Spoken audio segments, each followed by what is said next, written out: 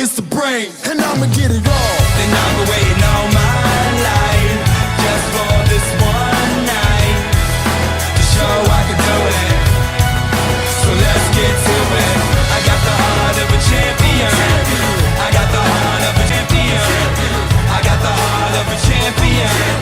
I will not give up.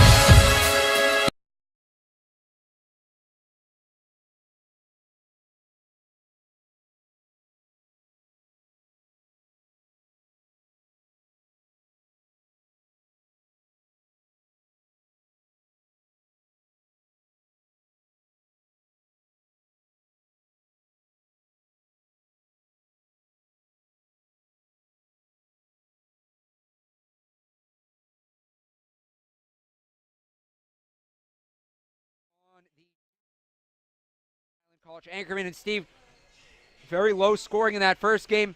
Going to be a little different here. Yeah, it's going to be a little different. Obviously, a very explosive men's team. Had a tough time on Thursday against the Tufts, the Jumbos, a very good team. But you saw it against Pine Manor College, put up 86 points. And I think it's going to be something like that tonight. Obviously, Charlie Mitchell out for today's game in a sweatshirt and hoodie, but exciting for the Beacons. You have Ty Lee back, hasn't been here in a little bit of a while, so that should be exciting, and he's a good facilitator for on the court. And you mentioned that last game for UMass Boston. That was, like you said, a loss to hands of Tufts, 73-58. Charles Mitchell had 14 points in that game, a team high. And Dason Sinelli had 12 and 12. He's continued to be impressive as the year goes on. But let's talk about Charles Mitchell. He's our player to watch today. As the Beacons' leading scorer, just over 14 points a game. He will play in a mask today. So the Boston native channeling his inner Kyrie Irving. And we talked about it a little bit in the first game, being a three-level scorer, and that's what Charles can do. He can take it to the basket, he can pull it from mid-range, and he can shoot the three. Yeah, I'm not going to say he reminds me of Kyrie Irving, but I would say, he does have a talent level where he can run the point, but he's also an amazing shooter, and you kind of saw that the other night, Thursday against the Jumbos. They needed some type of offense, and he gave it to them. But, yeah, he took off the mask. I was watching on Thursday, and he kind of took off the mask in frustration like Kyrie did. And he didn't seem to think it was comfortable. They say it blocks your vision. Blocks your vision. Thank you. Long day, snowy Saturday. We still got a whole game to go here, Steve. Don't quit on me yet. I'm going to check in a little bit, but yeah, it blocks your vision. He definitely was complaining about that and took it off for most of the game. So it'll be interesting for how long he really wears that mask for, if it's mandated, what he really has to do, and how he's playing, really. Take a look. Mention the offense. These are two high-scoring teams, 6th and 7th in the conference. Rhode Island College at 70 points a game, Beacons at 66. The difference is the Beacons have been able to have their way defensively. 72 points against per game. That's third in the Little East. Rhode Island College allowing 81 points per game. That is dead last in the conference. Yeah, and the Beacons have really been struggling in the last couple of games. I mean, MIT, Keene State College, and Tufts, they were on a good run where they were about 4-1, and now it's fell off a little bit. So I think they really have to get their edge back, and I think tonight is a good one.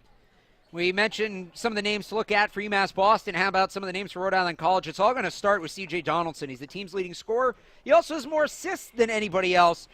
So it's all going to start and stop with the point guard. They got to be able to shut him down. The other names to keep in mind, Adham Floyd grabs just about more rebounds than anybody else on the team. Chris Farrington will start as well. He's the team's second leading scorer. Grant Gillis, 6.6 rebounds a game. He also leads the team in blocks, so the big man inside at 6'8". And we will see how the Beacons match up with his size, because it is a deep roster. It is an athletic roster, but not necessarily the biggest roster for Coach Jason Harris and UMass Boston. Yeah, and that's what they struggled with on Thursday. When looking at some of the Tufts players, their two guards were 6'6" and 6'3". Very big players, so I think they're going to fare well with this matchup. It'll be interesting to see how well they do produce offensively, though. Michael Burns is at the helm of the Anchorman, 39-51 career record in his fourth season. He's a graduate of UMass Amherst. He's assisted by Erica Lane and Daniel Jones. And like I mentioned, Jason Harris, coaching UMass Boston, 24-36 on his career. He is actually a Rhode Island College graduate, class of 2006. So going up against his alma mater today, he was not able to, or he did, take them down last year, the last meeting between these two teams at the end of last season, a 52-46 win for UMass Boston. But the three biggest players in that one, Sam Freeman, who scored 21 points, Kareem Kirksey, who had 11 rebounds, and Dan Powers, who had 20 rebounds. None of those guys are on the roster this year, so Beacon's got to figure out a different way to do it. Well, Powers is going to be back in the second half of the year. But, yeah, obviously, when you read most of the highlights and summaries of last year's games in this brochure, it always talks about those three individuals. So I think this year it's going to be more of Boyd. I think he had a great game against Pine Manor on Tuesday, but then he fell off. You know, he didn't have his shot against Tufts, so it'd be interesting to see how he really does. And then you have your two guards, Ty Lee and Charles Mitchell. Take a look at the starting lineup for Rhode Island College. Donaldson, Petaway, Roosevelt, Scheider, Justin Campbell, and Grant Gillis. It's a very experienced starting five for Coach Burns. And for the Beacons, we'll let them introduce themselves.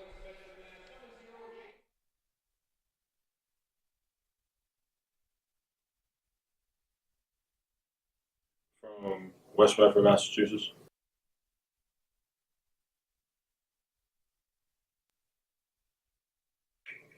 Isaac Bonds, combo guard, senior, Roxbury, Mass. Charles Mitchell, shooting guard, freshman, Roxbury, Mass. Daisy Sinelli, sophomore guard / forward, Boston, Massachusetts. Michael Boyd, freshman, guard, Malden, Mass. So there you have it, the starting five. We're going to take a quick break. We'll be back. Oh, no, we won't actually, because they don't do an anthem before the second game. So. Yeah, they don't do an anthem, and it shortens it. It makes it a little bit better for us. Obviously, we already had one anthem. Want to get at it. How bad's the snow? How's my drive home? That's not too bad. It's maybe an inch and a half. It's slushy, though, you know. It is. I had the under on the 2 to 6. Oh, yeah, you had the under. I had the. I'm saying it didn't seem. You know, you live around here long enough. You see how the storms are hyped up. You see what actually happens. You kind of learn, you know, maybe 3 inches, 4 inches at most. It is supposed to be more where I'm from, a little bit south of here than it is in the city. So might be a tough commute on the way back. But talking about today's game, an individual to kind of look at is Hawkins Jr. for the Beacons. Had a great game on Tuesday that we kind of talked about, and then followed up with another good game on Thursday. So getting a lot more minutes than he usually does, and obviously a big game here for conference weekend. Charles Mitchell's going to start without the mask, so there go all the Kyrie references. Beacons in the white uniforms moving left to right. Rhode Island College in the maroon with the gold trim moving right to left. There's the jump. It's Sinelli against Justin Campbell. Campbell wins it. And starting off with the ball, the anchorman. They're going to play a much quicker tempo than we saw from their female counterparts. And just like that, up and in on the board from Grant Gillis. Michael Boyd's going to play the point. You mentioned Ty Lee is back, but he will not start. Barnes gets a screen to his right, kicks it to the corner. Here's Barnes, uses the jab step around Donaldson, can't get the space, comes to the top of the key, gives it to Barnes, looking to the inside, gets a screen from Hawkins, had Hawkins on the pick and roll, instead kicks it out. Barnes with the up fake, 10 seconds to shoot. Need to figure out something to do with it. Boyd kicks it back to Barnes, takes the three, no good. Yeah, there's something to be said about who's really carrying the ball for this team, because the last couple games they've really swapped it with a lot of different hands, and Boyd really hasn't had his shot when being a point guard for the Beacons. Donaldson to his left, crosses over, wants to go back to his right, picks up his dribble. Trying to get it away to Petaway. Instead, he gives the ball in the post to Campbell. Campbell at the elbow, trying to back down, drops it back. Donaldson off balance, three is good. Yeah, kind of an awkward shot there by Donaldson, but it hits the bottom of the net. And that's going to be a bad turnover for the Beacons. Sinelli stepped over the line.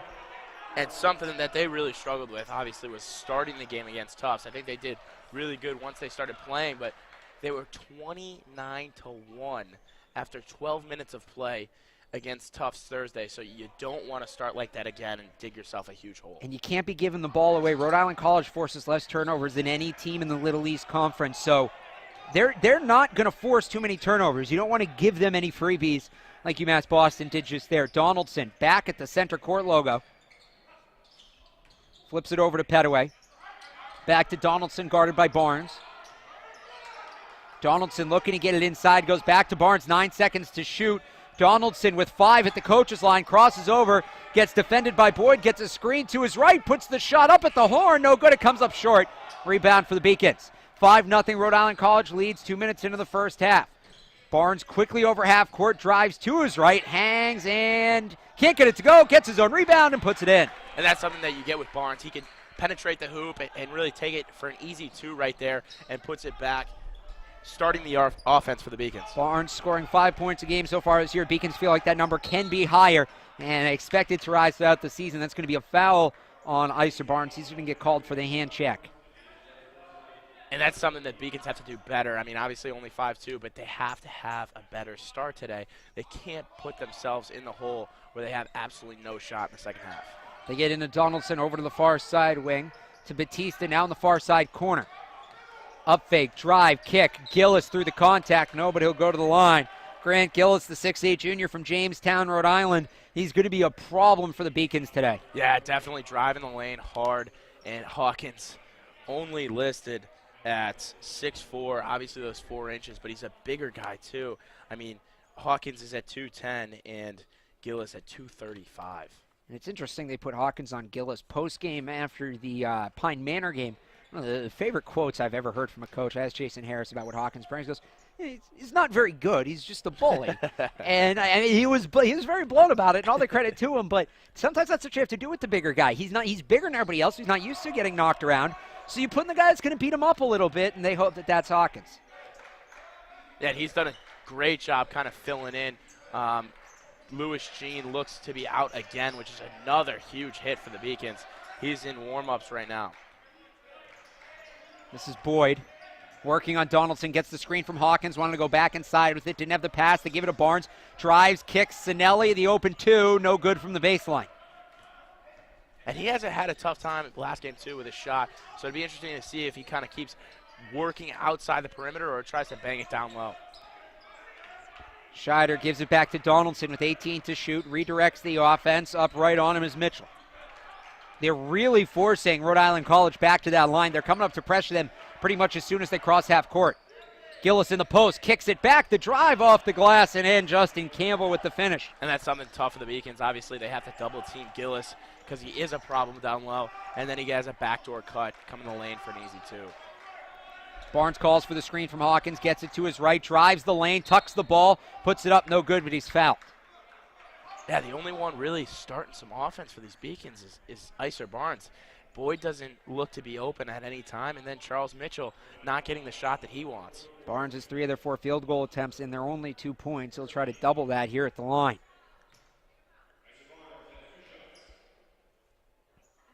And Jake Smith coming in, had a great game last game, played some serious minutes against Tufts with a bigger team. So it'll be interesting to see how long he's really playing today. Hasn't, obviously a freshman, and really made his mark this Thursday against Tufts.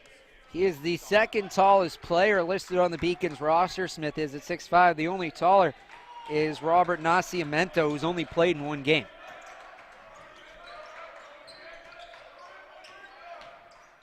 To the near side wing. They give it back to Petaway. Petaway, open look at a 3. Too much, back, rimmed it, rebound for Gillis. Boy, you see him just soar up over everybody. Yeah, he's doing a good job right now getting his position and just having his way with the boards. Petaway, the turnaround, kicks it out. Long 2 is good from Justin Campbell. 10-4 with Rhode Island College on top.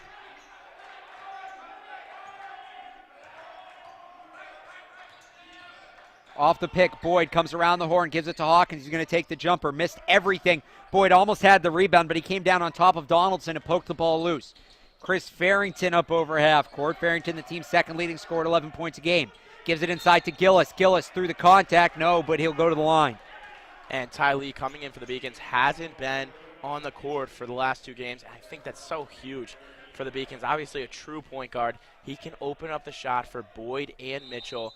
And obviously that's their game behind the perimeter. Timeout on the floor, 15:43 to go in the first half. It's been all Rhode Island College early, 10-4 Anchorman. Keep it here on the Beacon Broadcast Network and Little East TV.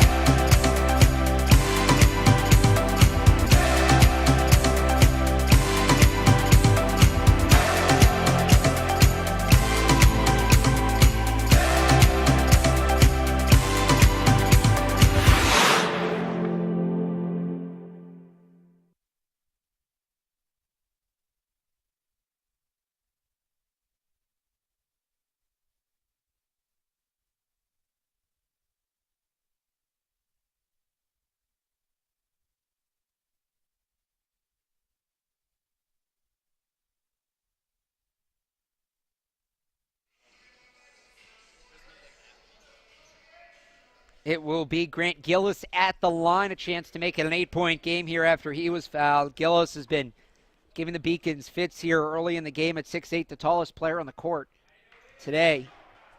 For either side, his first one is good, shoots about 60%. Yeah, that's going to be huge for Gillis tonight, obviously, working down low, and no one can really size up to him. So, he's going to get to the line a lot tonight, and it'd be good for the anchorman to really dominate. He's got 5. Rhode Island College has 12. Beacons have 4 with 15:40 to go in the first half. Ty Lee, his first touch in a couple of weeks. He gives it right off. Now they give it to Boyd. Back to Lee. Lee driving to his right. He ends up in the mix with Gillis. They give it to Boyd on the far side, who buries the 3. And, I've talked about it the last couple of games, and Coach Harris kind of alluded to they're both point guards, Mitchell and Boyd, but they're not Ty Lee. And Ty Lee does such a great job. I mean, Boyd wide open. He hasn't had that look in a while, and that's huge that Lee's out there for the Beacons. You see them doubling Gillis when he gets the ball with Smith and Lee. Now it's just Smith on him. The turnaround is good. There's just nothing you can do about that. Yeah, and Coach Harris wants Smith to be a little more aggressive down low. Obviously, a freshman and kind of learning the ropes of college basketball. That one gets away from Mitchell. Scoop it up before it gets over half court.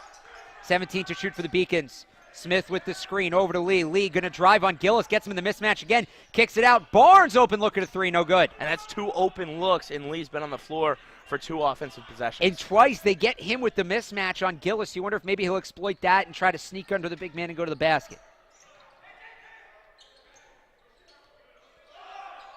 They get it up to Donaldson. Donaldson directing inside. Over to Petaway. Try to go into the post to Gillis. It's kicked by Mitchell, who tried to save it, couldn't get there in time. Ball's going to stay with Rhode Island College. And Adam Floyd will check in. He replaces Petaway. And Sinelli coming in for the Beacons. And you know what? When you're down, and obviously you need a couple buckets, you need Sinelli to really start being aggressive down low. Farrington lobs it into Gillis. Gillis to Donaldson off the screen, steps out of traffic, kicks it back. Floyd with the man in his face, buries it. Yeah, beautiful shot right there, and a huge 3 to put the anchormen up 10. Double-digit game for the first time, 17-7, 14 minutes to go in the first half. Off the screen, this is Boyd. Boyd gets Farrington to shake off, flips it back to him. Going to drive to the inside of the lane, the finger roll for 2. And something that Jake Smith really did a good job with last week was actually acquiring a shot. And a huge block right there. Mitchell looks like he takes an elbow to the face. Obviously doesn't look phased at all, but you got to remember, worry. he was wearing a mask in warm-ups. And he just doesn't look comfortable with the mask on, and has been playing the last couple games without a mask. I think I heard somebody just yell on the bench, "He don't need no mask." Thought that's what I heard. Well, you may maybe making things up. I definitely heard mask. And don't. Maybe don't hit him. He needs a mask. Flipped inside to Smith. One dribble goes up through the contact, and that's just no fun for Jake Smith. Definitely no fun for Jake Smith, but, looking back, he's played against some taller competition, Tufts last week, MIT the week before that, so he's seen this before, and I personally... Smith hits the 3 over Gillis, and that's sometimes what you need to do with the big guy, is bring him to the outside and force him to play perimeter defense. Jake Smith doing just that, 17-12. They give it back to Campbell. Campbell the far side wing to Farrington. Farrington guarded by Mitchell, one dribble over to Donaldson.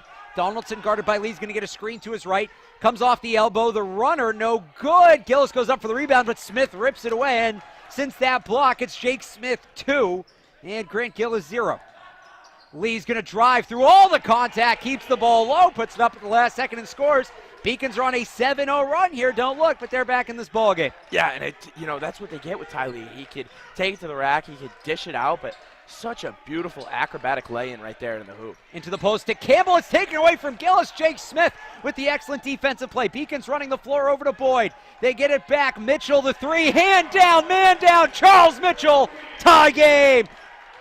And this is the offense they want. They want a fast-paced offense where they have a couple different guards that can shoot. Obviously, a couple threes in a row. You have Jake Smith who can bang from outside, and then Mitchell pull-up jumper. 10-0 run for the Beacons. Campbell to the lane. He can't get it to go, but he will be fouled. That's going to go against Sinelli, and Rhode Island College with a chance to drop the energy in the gym here for a minute. And this hasn't happened since Pine Manor College. Against Tufts, it was just dead. They 29-1 after 12 minutes. Obviously, 8 minutes have gone by, 17-17. Definitely a more competitive game and a better Beacons offense.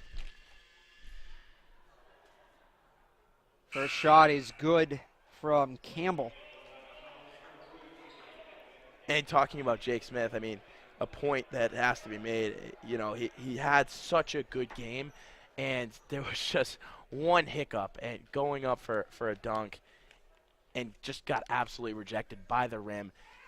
Harris talked about it after the game, and he said, that's the stuff that we need to get away from. We have to get a little more mature, and you know, it is a mostly underclassmen team, except for Iser Barnes. So they are maturing. They are getting better as they play more games. Beacons on a 10-1 run here, and Gillis is out of the game. Rhode Island College pressing a little bit. Here's a chance for the Beacons to establish some dominance. Smith is fouled trying to go to the basket. It's going to be on number 20, Mike Vallely. And we have a timeout on the floor. Rhode Island College hanging on, but it's close. 19-17 from the Clark Athletic Center. We'll be back after this.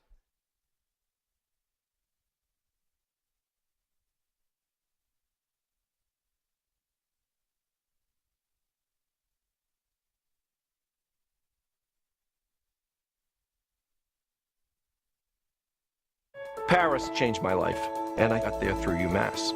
Those very specific seminal moments in Paris, the subway.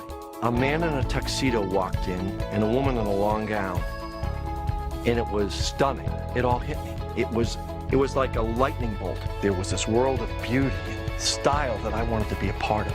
That was the beginning of the journey, and that all came through the University of Massachusetts, and that was really a key moment for me. That's one of those moments you never forget.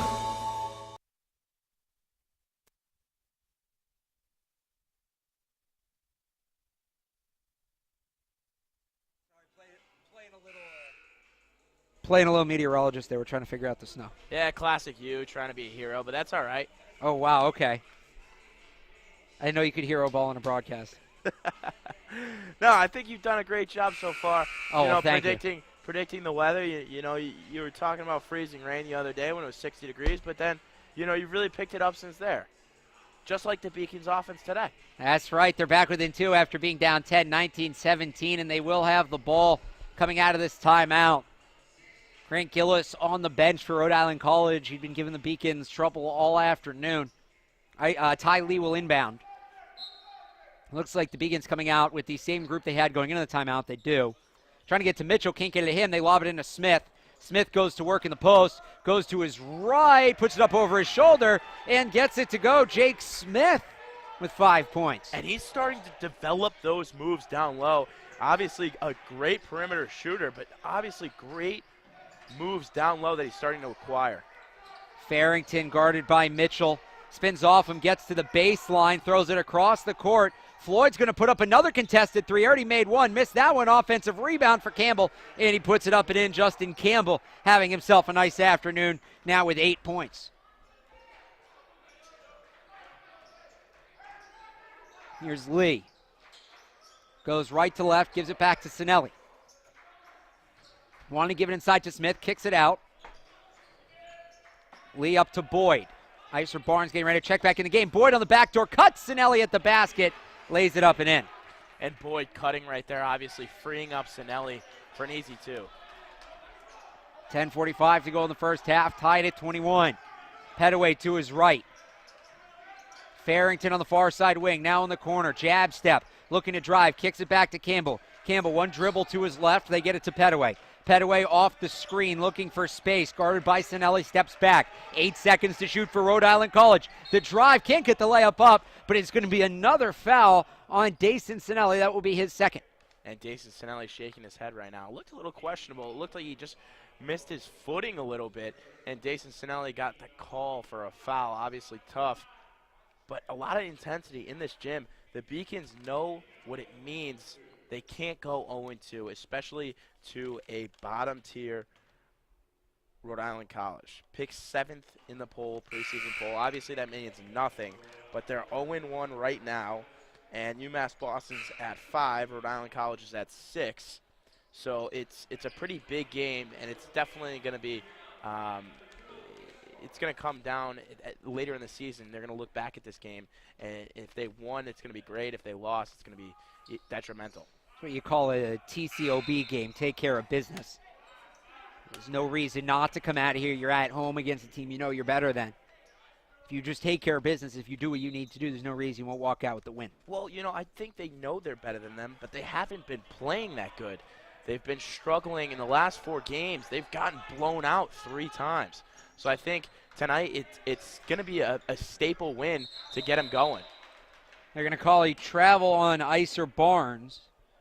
So that will give Rhode Island College back the ball, leading 23-21 with 10-12 to go in the half. And, they are dealing with injuries with Lewis Jean, Mitchell, and, it is what it is, but you can't make any excuses. They get it to the near side wing to Scheider. Scheider looking inside. Gillis back in the game. He's double teamed. Scheider over to Donaldson. They've kept Donaldson relatively quiet. He's 1 for 3 from the field. He's hit a 3-pointer, that's it, but he is the team's leading scorer. Gillis, 1 dribble over 3 Beacon defenders. Can't get it to go. Offensive rebound. Candle can't finish the putback. And they're triple teaming Gillis now, but if it works, it works. Yeah, if it works, it works. They're really trying to limit his production tonight. Lee all the way back at half court, calls for the screen from Hawkins, gets a screen to his right, goes to his left, drives to the basket, and can't finish. Rhode Island College now coming the other way with some tempo. Scheider to the rim, and the finish. And a lot different than the women's game before. A lot of pace being pushed. Oh, up ahead, Ty Lee all alone gets it to go. Great finish right there by Lee. Yeah, you were right. It's a very different pace than the women's game.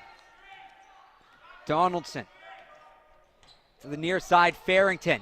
Off the screen from Gillis. Mitchell gets bumped a little bit. Some space for Farrington. Can't get the shot to go. Barnes is going to run. He has Mitchell on the backside. Didn't get it off in time. And he flips it back to Ty Lee to reset. 23 seconds to shoot for the Beacons. 8:48 to go in the half. Lee to his right off the screen. Gives it over to Barnes. Barnes in the post. Hawkins puts the head down. No good. Yeah, I thought you were saying Barnes was in the post. Oh, no, pardon me. That was Hawkins. Inside to Farrington, and that's a great pass from C.J. Donaldson. And I think we're going to go with immediate timeout here. That will be the call. Timeout on the floor. Rhode Island College 27, UMass Boston 23. The University of Massachusetts Boston. It's just minutes from downtown, and the Princeton Review calls it one of the best values in the country. A nationally recognized institution of academic excellence and research, UMass Boston offers more than 150 undergraduate and graduate programs, 16 Division III sports, and more than 100 student organizations.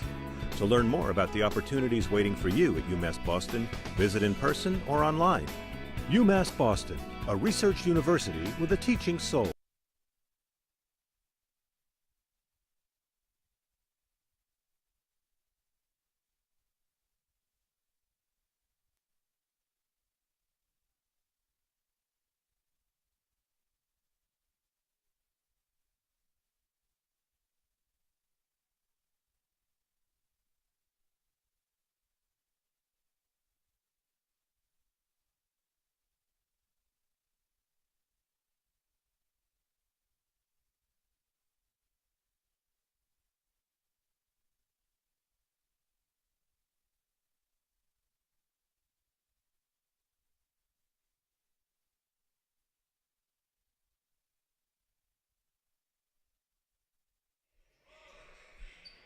(27-23) Rhode Island College on top. The Beacons have had this game tied twice, most recently at 23.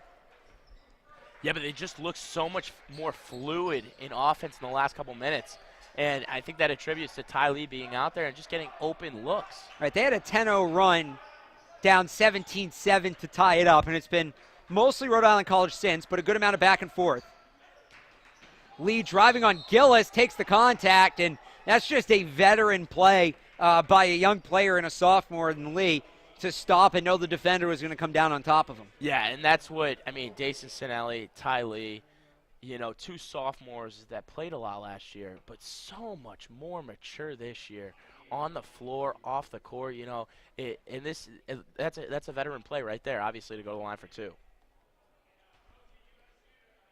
Lee's first free throw is good.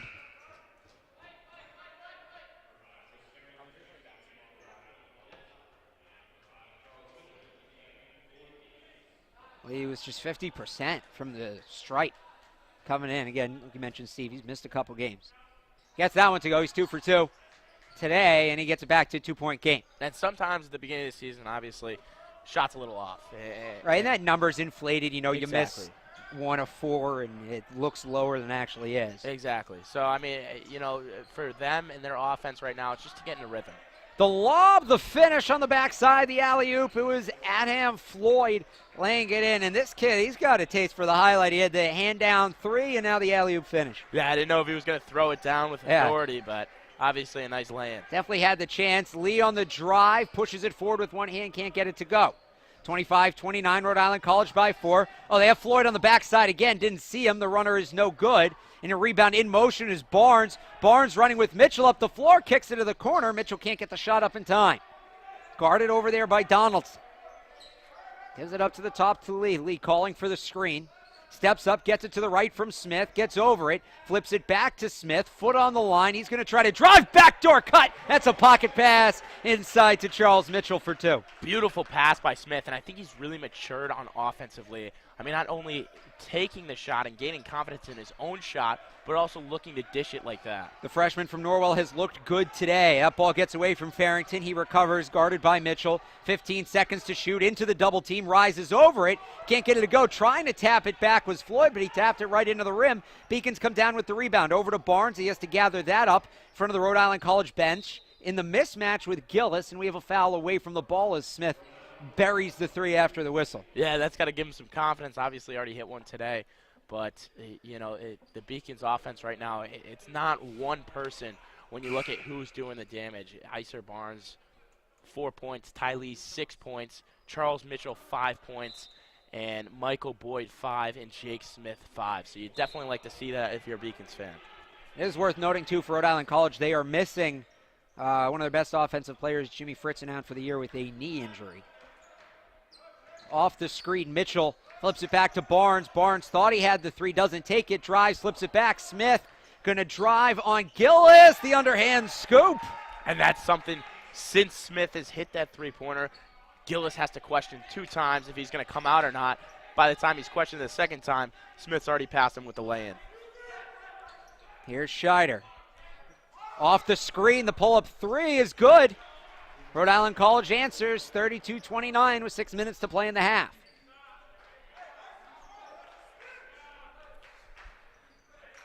Lee walks the ball over half court.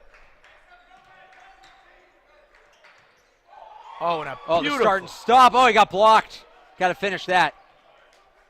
Beautiful spin move, but, you know, it looks like he's just growing as a player. Every game he gets a little bit better. Floyd stepped out of bounds. They're going to award the ball to the Beacons as Hawkins and Boyd check back in. They replace Smith and Barnes. So Jake Smith, a good shift. Would have liked to end it on a better note, but gave the Beacons some quality minutes. And they forgot a sub. And I think now Rhode Island College is saying they want to wait till the next whistle. So Sinelli will inbound, gives it to Lee. 5:36 to go in the first half. Rhode Island College 32, UMass Boston 29. It's been back and forth. The Beacons, though, have yet to lead in this game. They've had it tied quite a few times, but it's been Rhode Island College who's led by as much as 10. And Lee lost the ball going into the lane, recovers it, gets it to Hawkins, who rolls it out. Ball still on the ground, and it finally comes up with Rhode Island College. And a lot of bodies hitting the floor. That's an LEC conference battle right there on the floor. Jonathan Batista gives it to Floyd. Floyd going to drive on Lee, kicks it to the corner. Scheider steps back a couple of steps. Puts up the jumper, missed by everything. Rebound Mitchell. Mitchell up the floor to the logo. Over to Lee. Lee on the drive to Hawkins. Thought about the baseline jumper, didn't take it. Sinelli. Use the up fake to gain space. Over to Lee. And Lee steps back. Coach 10 Harris seconds to shoot. Out on the floor. Lee to drive, got the foul. And he does such a good job with getting contact to him. And obviously gone to the free throw line a couple times today. Just sparking this Beacons offense right now. Beacons 100% from the free throw line. Don't want to jinx it. 4 for 4, but we'll see. Well, here we go. Now we know if they miss what happened. And Lee, I believe, is 2 for 2. Yep.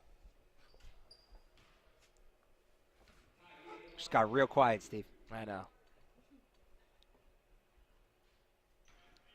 Drum roll, please. First one is good. I think Steve's as relieved as anybody that went in. Makes it a 2-point game. Each team is going to sub. Justin Campbell just got a few minutes off. He's back on the floor. He plays more minutes than anybody on Rhode Island College.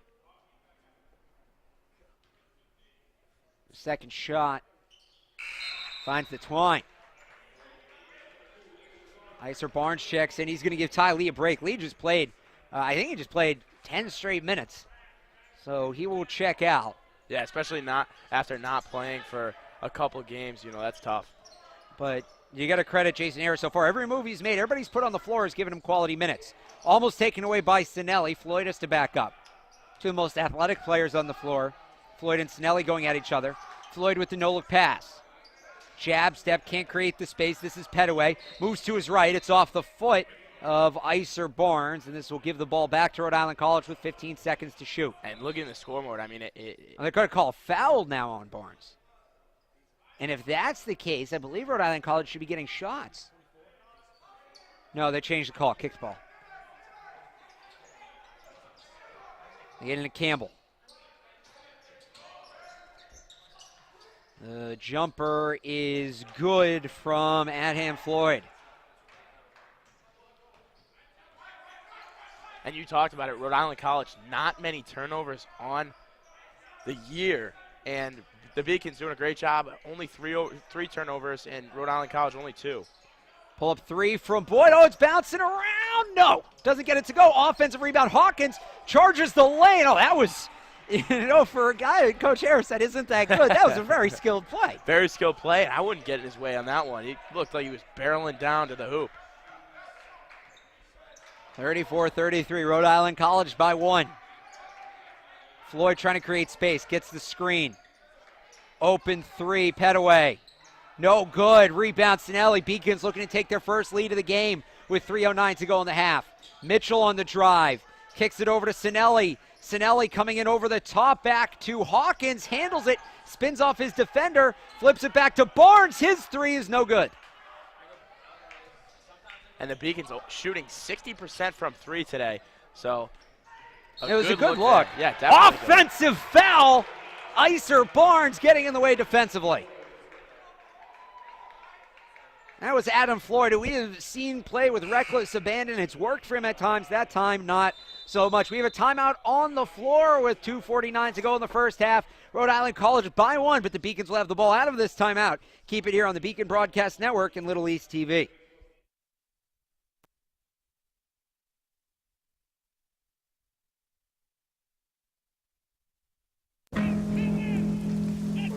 Celebrate the soggy shoes and the slow starts. Celebrate the lessons learned along the way.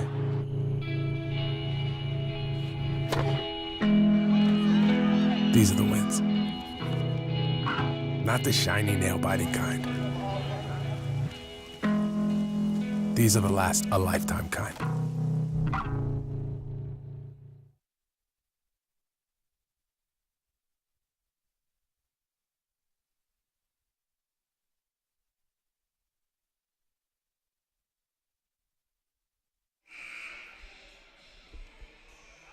You got to wonder what Jason Harris draws up here out of this timeout. This is a big possession. It's still the first half, and there's still time to go, but the Beacons have tried. They've tied this game up from back down 10 quite a few times, and they fall behind again.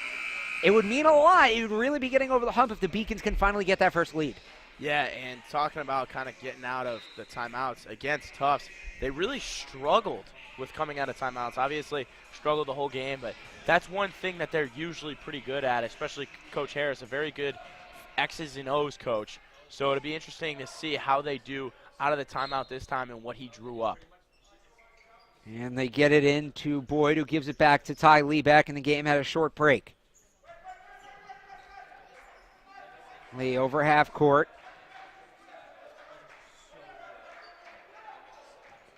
Driving to his right, gets the screen from Smith, flips it back. 12 seconds to shoot on the drive. Back to Smith with 7 seconds to shoot. Boyd going to pull up for the long two, rattles out. Rebound Lee, and I think they're going to call a foul first on Smith. Going to say he pushed down Gillis. And that is the call.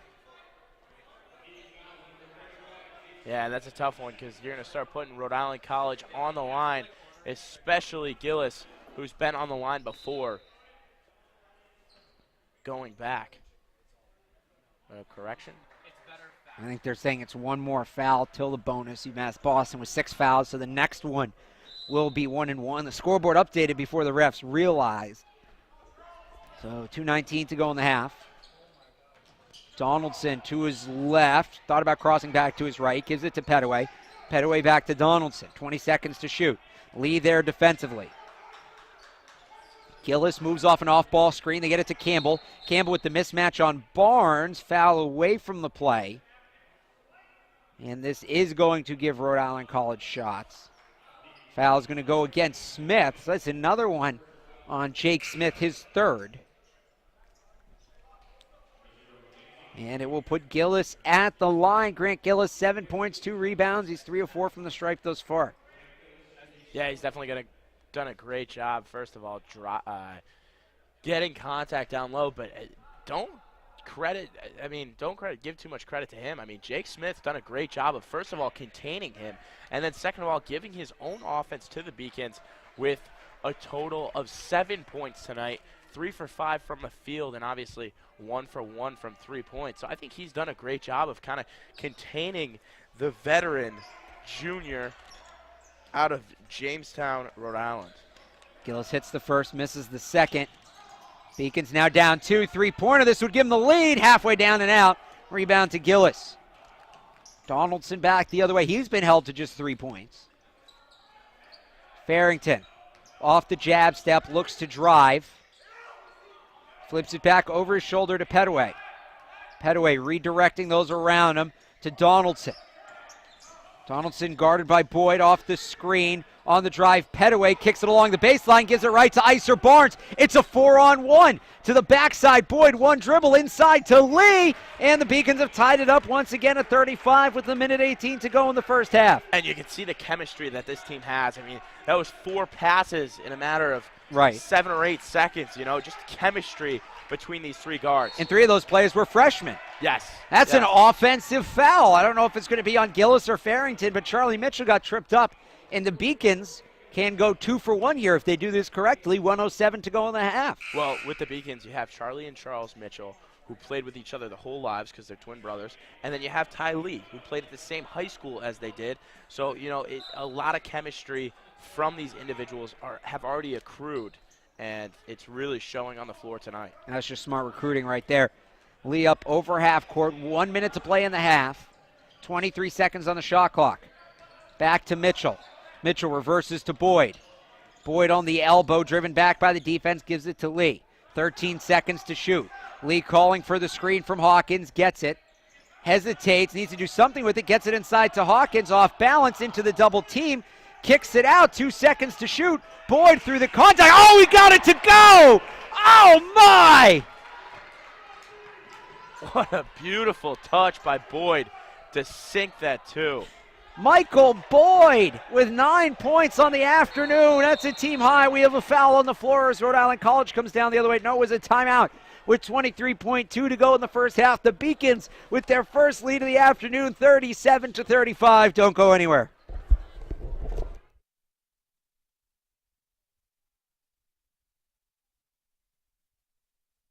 UMass Boston was my first choice because when I came to the campus, I saw that there was a lot of diversity. There's a lot of people.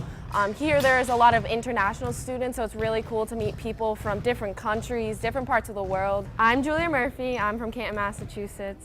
I'm Olivia Murphy. I'm from Canton, Massachusetts. We're sisters. We're sisters. I play volleyball and she plays basketball. Here they have a freshman success community.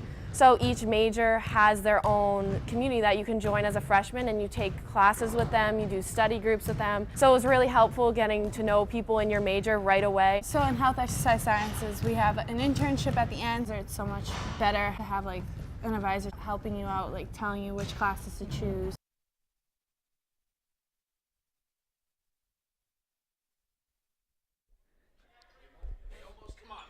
.23 seconds left in the half, 19 seconds to shoot here for Rhode Island College. And that one off of Charles Mitchell.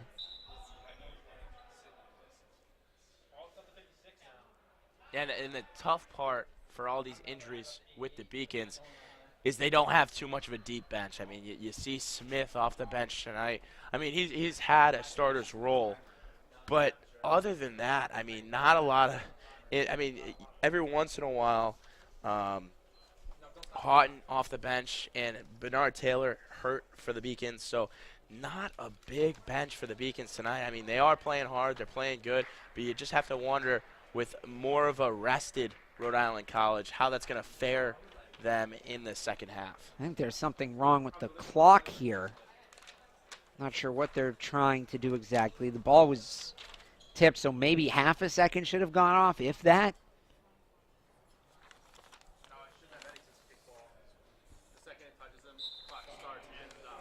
And we got a ref up here in the booth. All right, they lob it in here. 19 seconds to shoot for Rhode Island College. 3 second difference between the shot clock and the game clock. For all intents and purposes, the last possession of Rhode Island College wants it to be. Farrington spins off the drive, puts it high up off the glass, no good. Rebound UMass Boston. They got a run. Barnes was posing up the court. 1 second left. Lee puts it up. One official has his hand up. I think they're going to call a foul. They are. Ty Lee's going to earn his team 3 extra free throws. And if you're Rhode Island College, how do you give that bump? That's a great question. Ty Lee, I've seen him play for the last 2 years. Haven't seen him crack a smile too much. Huge smile on his face right there. Obviously, huge 3 free throws with no time left on the clock. And just given where he was for that shot, you know, that's what every player is going to try to do. You don't have a high chance of hitting that shot as the first one misses. You don't have a high chance of hitting that shot. You're trying to get the foul as the opponent. You need to know that's what he's trying to do and back off and let him hit the 35-footer. Second one is good. These are all freebies. I mean, these are all extras. But he can make it a 2-possession game here going into the locker room. Yeah, and obviously just a great move and another veteran play by a point guard that hasn't played a lot. So it should be interesting, obviously, going to interview Coach Harris. We'll see what he has to say. Yeah, we'll go ask him about that. Keep it here at the halves. UMass Boston 39, Rhode Island College 35. We'll be right back with head coach Jason Harris.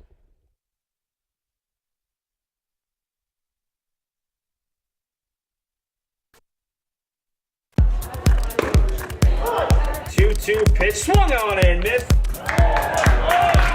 Kyle Strowski from Agawam, Massachusetts. I'm a senior here at UMass Boston. I'm a marketing major. Probably have to say my favorite moment was my no-hitter my freshman year. Being a freshman, especially just making a statement right away. Seeing the reactions on the seniors' faces. It was something that was a lot of fun to be a part of. If you want to play and you want to compete for championship every year, definitely UMass Boston is a good place to come look at. And now, this one's launched right center field. That's going to win the game for the Beacons. It is down. LEC is probably best division in college D3 baseball in the country. Play against the top competition every year. I think we have a top 10 schedule in the country this year. So we're young, but we also mix in with a good group of junior college transfers. Being on a baseball team here at UMass is a good experience, great experience. Only about 2% of people can play college baseball. and one that I'll take for me for the rest of my life. Kyle Fields fires the first great scoop from Jason Cholin.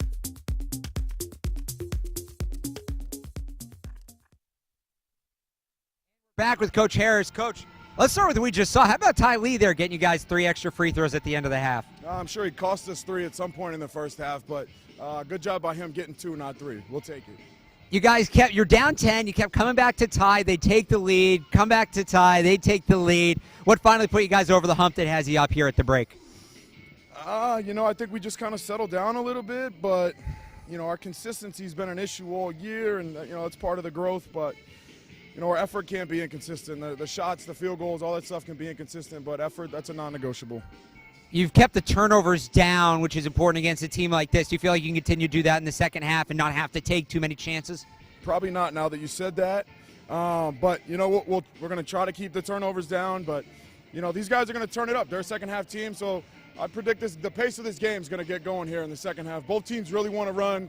Both teams took a little longer to get going, and I think both teams are battling some depth issues. So I think you're going to see a fast-paced second-half game. That's as good of a teaser for us. Stay tuned for the second half after this. It's hard not to get emotional at a UMass graduation. It is amazing to see what UMass graduates accomplish once they leave the university. You see that UMass is here for the Commonwealth, here for a reason.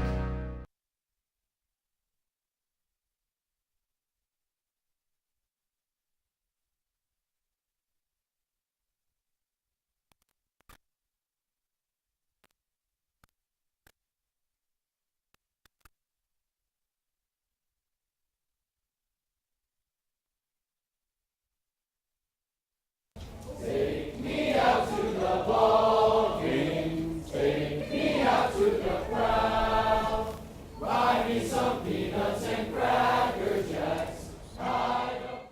The UMass Boston Beacons baseball team, who went 23-15 this year, and have consistently been a leader in their conference without having a home field to play on. That will change next season. I am so happy and excited to join Boston College High School and your wonderful president to celebrate this symbol of our institution's friendship as well as our shared commitment to this special neighborhood.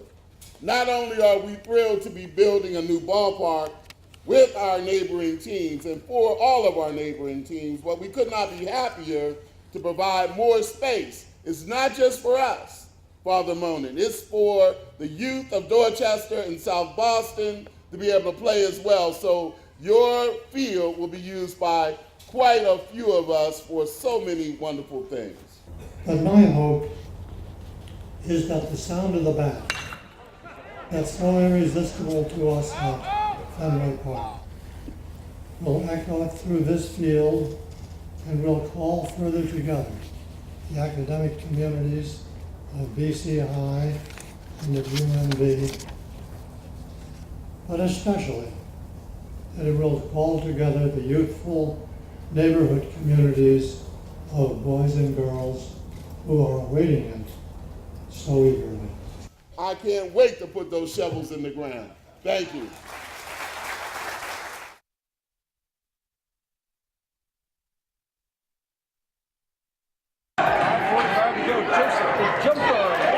Hi, my name's Carl Joseph. I currently a criminal justice major.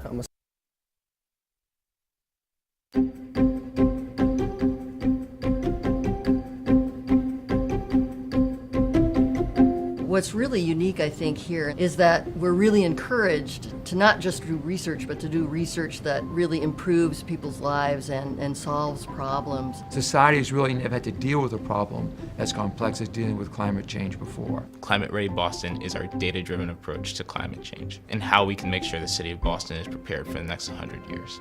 By leveraging the expertise of UMass Boston and Paul and Ellen, we've been able to take the very best science on sea level rise and translate that into a vulnerability assessment. Really what we've relied on them for is their technical expertise and really helping us understand what the science is saying to help us understand what we need to do next, both from a policy perspective, but then also in terms of projects and financing as well. UMass Boston actually has a long history of working on environmental problems. One of the earliest programs was working in the cleanup of Boston Harbor in the 80s, and that was actually the genesis for the eventual School for the Environment. We started this program in green chemistry, and we're the first university to offer a PhD in that. And then also the School for the Environment is now working in Nantucket and Gloucester and other places around the world. I was giving a talk a couple of falls ago for this group it was called the CEO Summit, and I showed this map of South Boston where all the businesses are being built, and there was a gasp, a literal gasp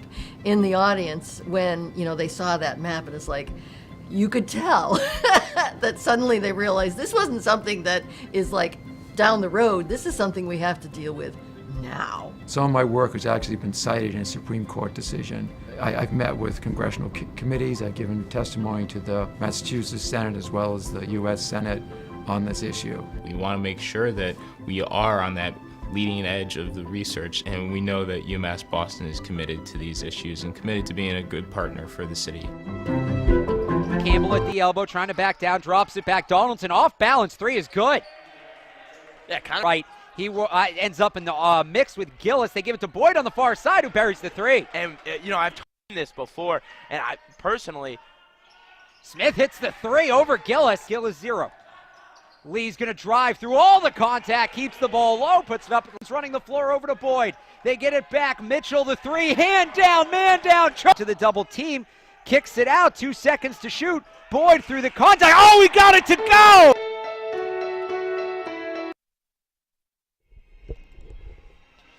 Welcome back to the Clark Athletic Center, getting ready for what is promising to be a very offense-driven second half there, Steve. Yeah, he talked about it. I mean, he promised it. We'll see what happens, but he, talked about the pace of the game and looking at some of the stats, halftime stats. 3-point field goal percentage for the Beacons, 42.9. I mean, that's where they got to be if they're going to win this game.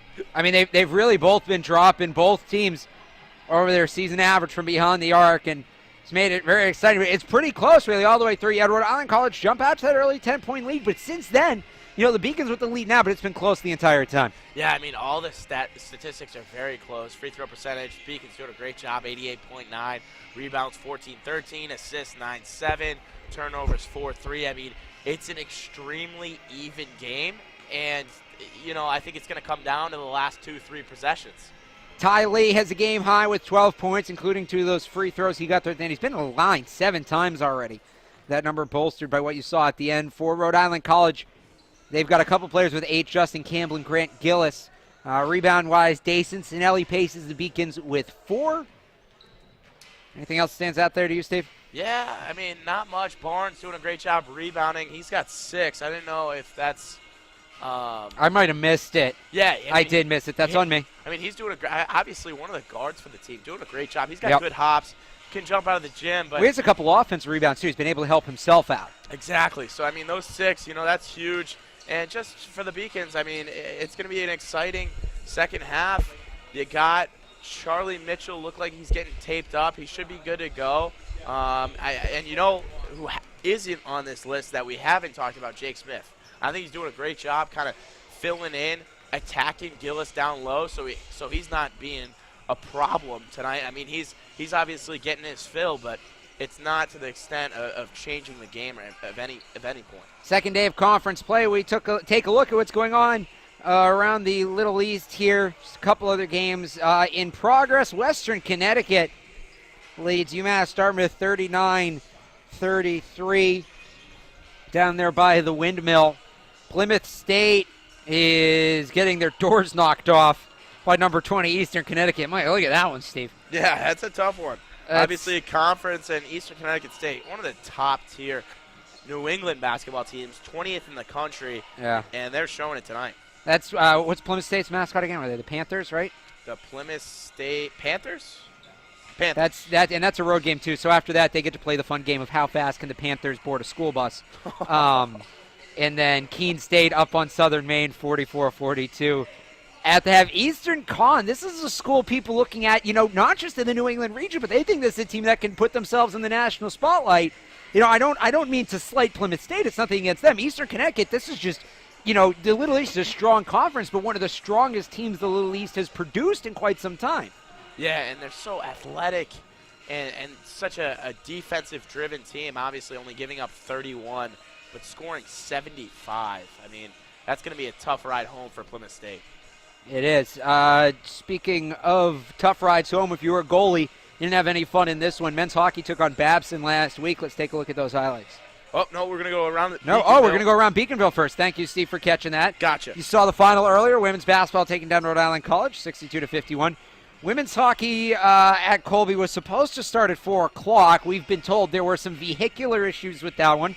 Their bus broke down. I saw some pictures of snowmen on the side of the road. Yeah, that's a tough one. Obviously, their game's getting pushed back to 7 instead of 4, and the snows obviously keep coming down. And men's hockey, 5th and 6th in the country in different polls at UMass Dartmouth at 7 p.m. UMass Dartmouth not the best in the NEHC, so they should be all right there. All right, I don't know. Are we still throwing? Are we going to watch those other hockey highlights? We are. All right, check out some hockey, folks. 10 seconds to go in the minor penalty. Beats emerged with possession. Drops it back to Bauer. Shot off the post and in they score! And it's the man we were talking about who's offensive. Thought it would be easy, but it ain't for me. Trying to do it all by himself. When you need it hard on a one-way street. Another chance for goal. They score! You would have slipped my mind. Goal by Ryan. The kind of love sent from above is a killing kind. Rhino was shot, they score! Nolan Redler on the doorstep. Might have gotten the deflection. Nonetheless, a blast from Mono. The Kennesaw Dorset. Oh, and then coming right back and strong. Goes to the turnover, they score! What a stop by Larkin on center play defensively from the freshman Zach Ross in just when I think you're gone, you come back and turn it on. Outside nice move. There's a chance for Gorky. Score! Zach Ross from Nolan Redler. The Beacons have extended the lead to 4-1. And it's to the near side. That's the possession. Far side from the score. With only 4 players in the offensive zone. Go back to the can't erase all the things I've seen. Even if I try, 'cause Lord knows I've tried. Can't escape and I can't shake the pain inside. Crazy when she comes and crazy as for Gallagher, he scores!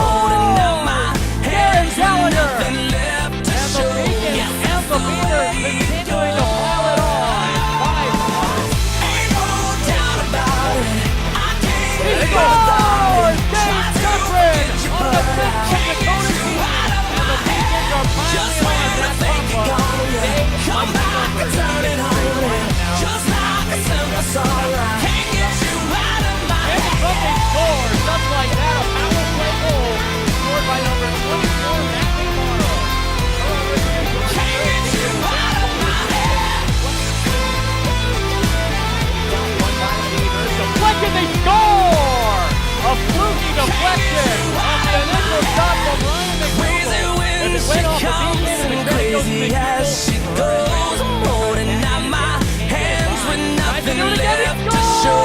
Yes, that's the way it goes. Salutes the crowd like an absolute monster. And all of the final score is 7-5. As Bailey McBurney salutes the appreciative crowd. I can't live without it. Try to forget you, but I can't get you out of my head. Just when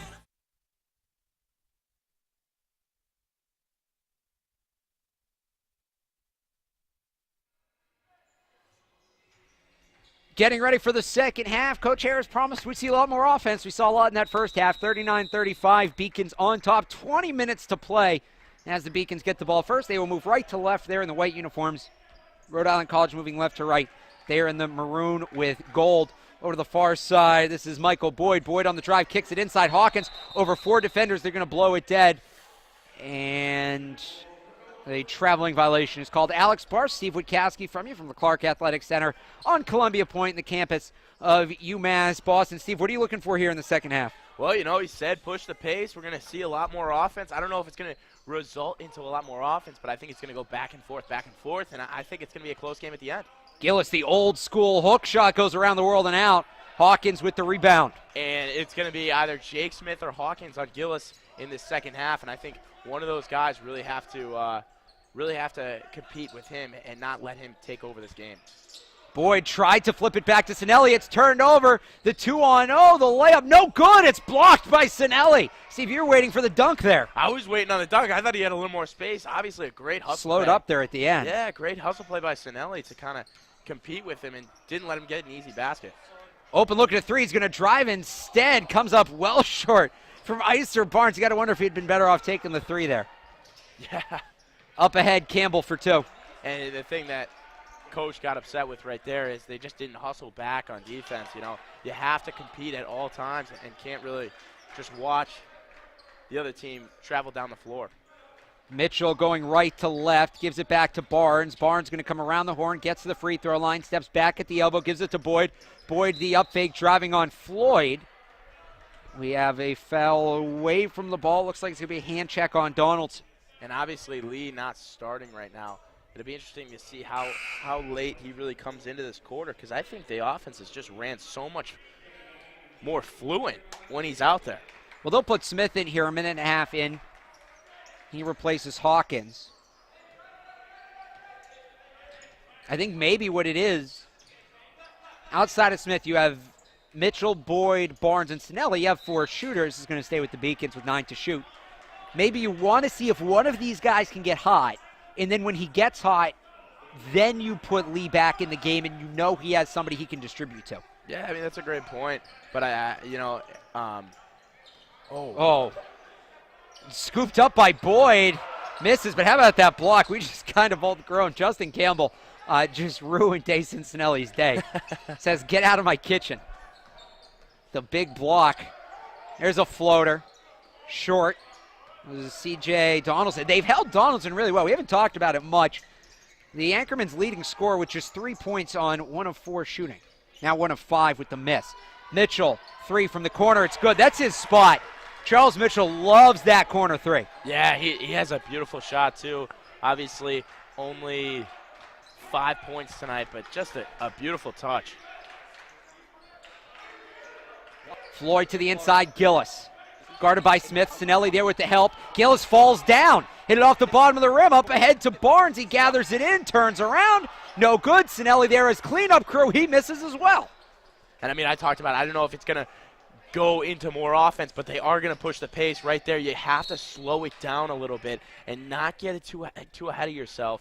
You know that both teams are going to be moving a little quicker, and Ty Lee checking in for the Beacon. That's the second foul on Dayson Sinelli. He'll get called for the reach. Beacons lead 42-37 with 17-13 to go in the second half.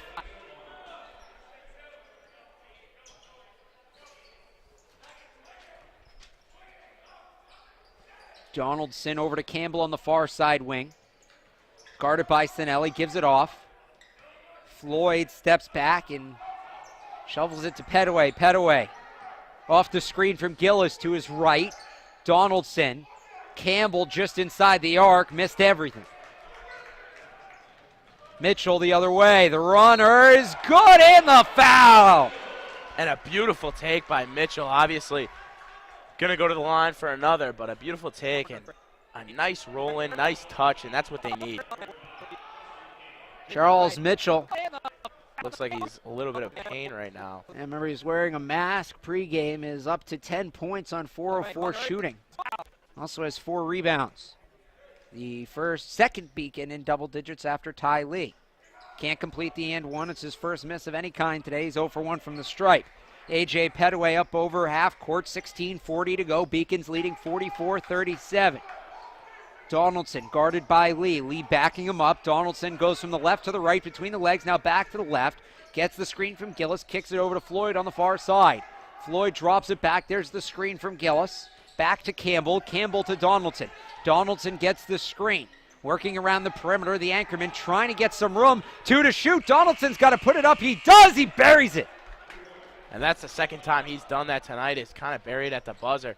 A beautiful shot and huge for the Rhode Island College anchorman to get him back in this game and get the offense started here in the second half. Not a guy you want to let heat up. 16 minutes to go, 44-40. Beacons with the small lead. Smith comes up to set the pick. Lee driving to the basket, kicks it to the corner. Boyd with an open look at a three, and he finds bottom. And we talk about it so much, get Boyd open, get Mitchell open, and in the second half, that's going to be huge for them. Obviously, 2 threes for both in the second half.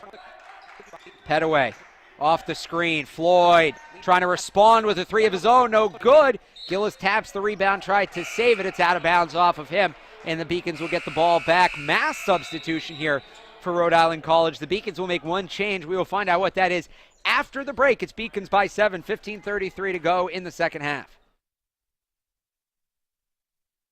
Paris changed my life, and I got there through UMass. Those very specific seminal moments in Paris, the subway. A man in a tuxedo walked in, and a woman in a long gown. And it was stunning. It all hit me. It was like a lightning bolt. There was this world of beauty and style that I wanted to be a part of. That was the beginning of the journey. And that all came through the University of Massachusetts. And that was really a key moment for me. That's one of those moments you never forget.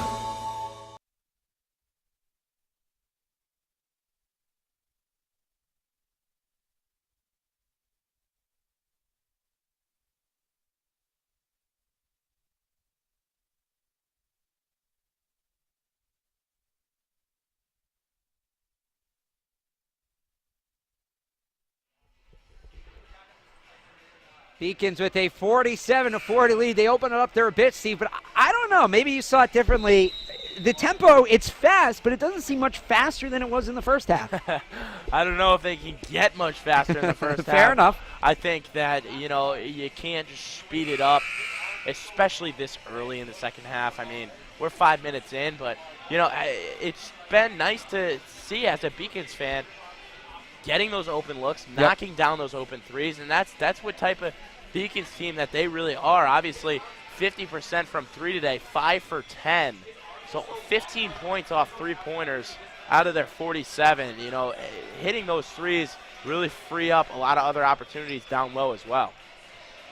The Beacons will inbound under their own basket. They're going to go with Lee, Mitchell, Sinelli, Boyd, and Smith here out of the timeout. 15:30 to go in the half. Beacons lead by 7. With the 3 ball, they could have their first double-digit lead of the game. The anchormen have led by as much as 10. That came early in the first half. Sinelli at the basket through the contact for 2. And beautiful touch by Sinelli, and that's what he is. He's such an athletic individual that can really just compete with anyone. He's guarding C.J. Donaldson now, the anchorman's leading scorer on the season. The near side to Malcolm Smith. Smith back to Menifee. Some of these guys in the game for the first time here in the second half. Sinelli skies for the rebound. Yeah, he's one of those players that can really jump out of the gym for the Beacons. Lee gets over half court. 14:50 to go. Beacons lead by 9. Smith sets the screen. Lee, Mitchell, three-pointer. No. Trying to come back for the rebound, and I think they're going to get Charles Mitchell on a foul here. They are. And that's tough. He's got to follow his shot. Obviously a freshman. Thought he had it. Kind of hot tonight behind the arc, but you got to follow your shot. He could have had that for 2 with a lay-in. That's his first miss of the night. He's now 4 for 5 and 2 for 3 from deep. And, yeah, nothing his fault there getting the foul. Did what he was supposed to do. Just other player got to the ball first, and he was charging a little too hard. Scheider tries to get inside. Underhands it out. Opposite corner, three-pointer, travel first. Yeah, it's something to look at, obviously, early in the game. It's 2 fouls on both sides. It'll be interesting to see how more that kind of relates later in the half.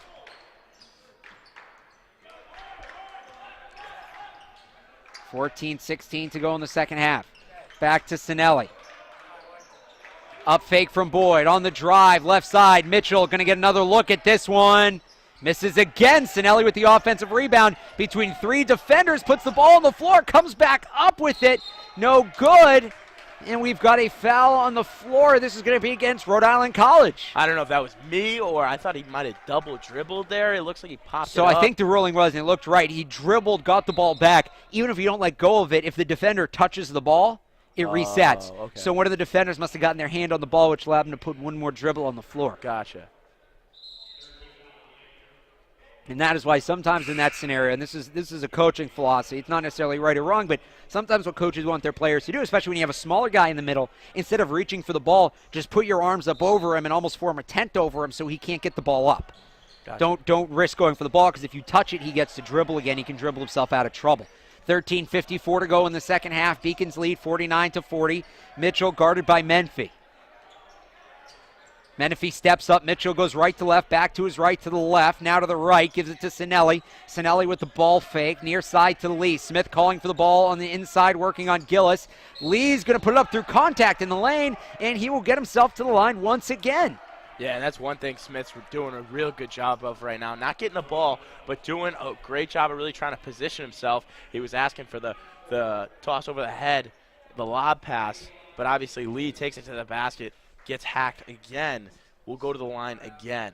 And what he did there, he took Gillis out of the paint, and that's what gave Lee room to drive.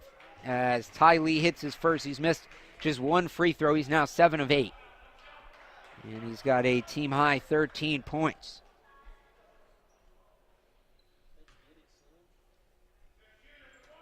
And that's another for good measure, just like that. The Beacons have the largest lead of this game. They've gone from down 10 in the first half to up 11 in the second half. Yeah, and their offense just looks obviously pressing right now, trying to speed the game up a little bit. Interesting. Smith ahead to Scheider. Scheider misses off the glass. Smith knocks the rebound to Barnes.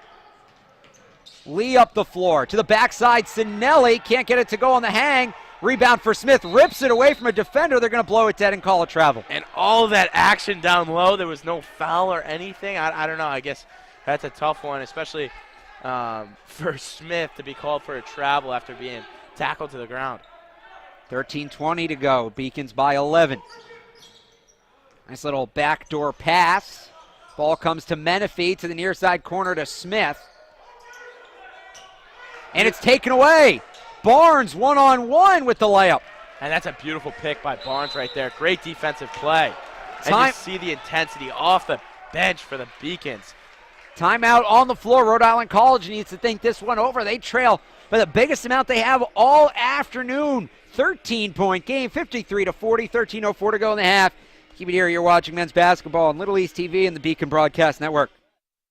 The University of Massachusetts Boston. It's just minutes from downtown, and the Princeton Review calls it one of the best values in the country. A nationally recognized institution of academic excellence and research, UMass Boston offers more than 150 undergraduate and graduate programs, 16 Division III sports, and more than 100 student organizations. To learn more about the opportunities waiting for you at UMass Boston, visit in person or online. UMass Boston, a research university with a teaching soul.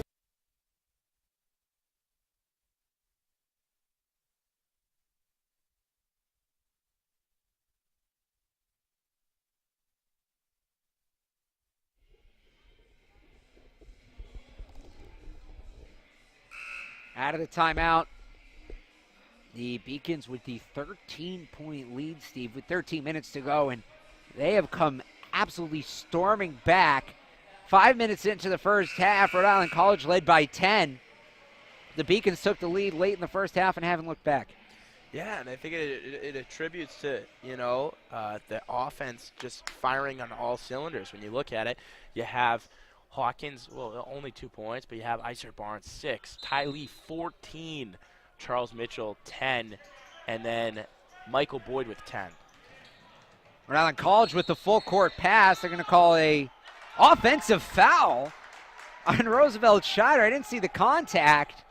I thought it was going to be goaltending, if anything, for slapping the basket. But yeah, and that's something with the Mitchell twins. Obviously, a little skinnier, a little smaller, and some of these point guards, Scheider, a big point guard, trying to drive the lane. Mitchell drawing some good contact and call the foul. Beacon shooting 47% from the floor, trying to improve that here. Lee on the drive through the contact, can't get it to go. Rebound for Menifee. And now this is starting to get a little chippy out here. Yeah, and you don't want this as a Beacons fan. You know, you're up 13, 12 minutes to go. One way to put Rhode Island College back in this game easily is free throws. So you don't want to have these chippy fouls. Obviously, you want to be aggressive and looking for those turnovers, but obviously that foul, not needed if you're a Beacons fan.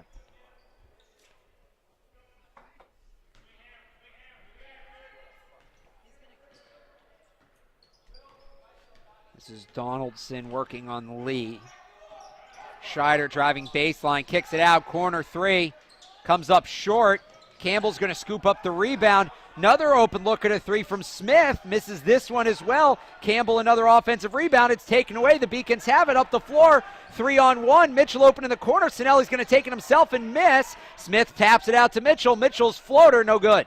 Yeah, and I mean, something that hasn't been going for Rhode Island College is the three-pointer. They're only 4 for 12 tonight, not connecting on those, and not a lot of offense driven from behind the arc. That foul will be on Iser Barnes. He tried to take the charge going up the floor. He's got a lot of contact as teams come across half court as Michael Boyd gets ready to check back in. And Adam Floyd is already back on the floor. He will replace Cam Menifee. And it was Menifee at one point there trying to get going from three, although he's shooting just 8% from three for the season. 8. I mean, when you're not hot, you're not hot. And sometimes you just have to understand not to take the shot, even if you're wide open. Donaldson working on Barnes. Campbell there to set the screen. Donaldson still just 6 points. He's hit a couple of threes. That's it. Pull up for mid-range. Smith rattles around and misses. And this rim is not too kind to Rhode Island College today. Malcolm Smith has missed his first 2 shots. Offensive rebound. Dayson Sinelli went up above everybody to grab it. Fresh shot clock with 11:42 to go in the half. Beacon still by 13. Nobody's scored since the last stoppage.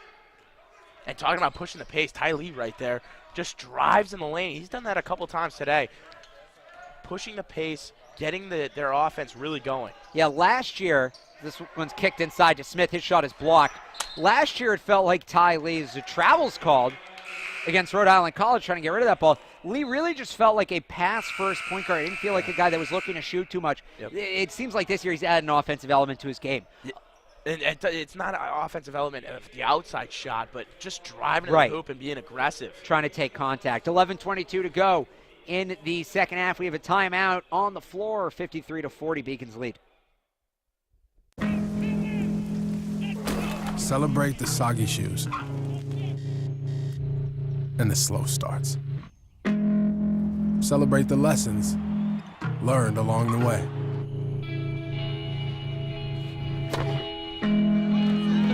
These are the wins. Not the shiny, nail-biting kind. These are the last a lifetime kind.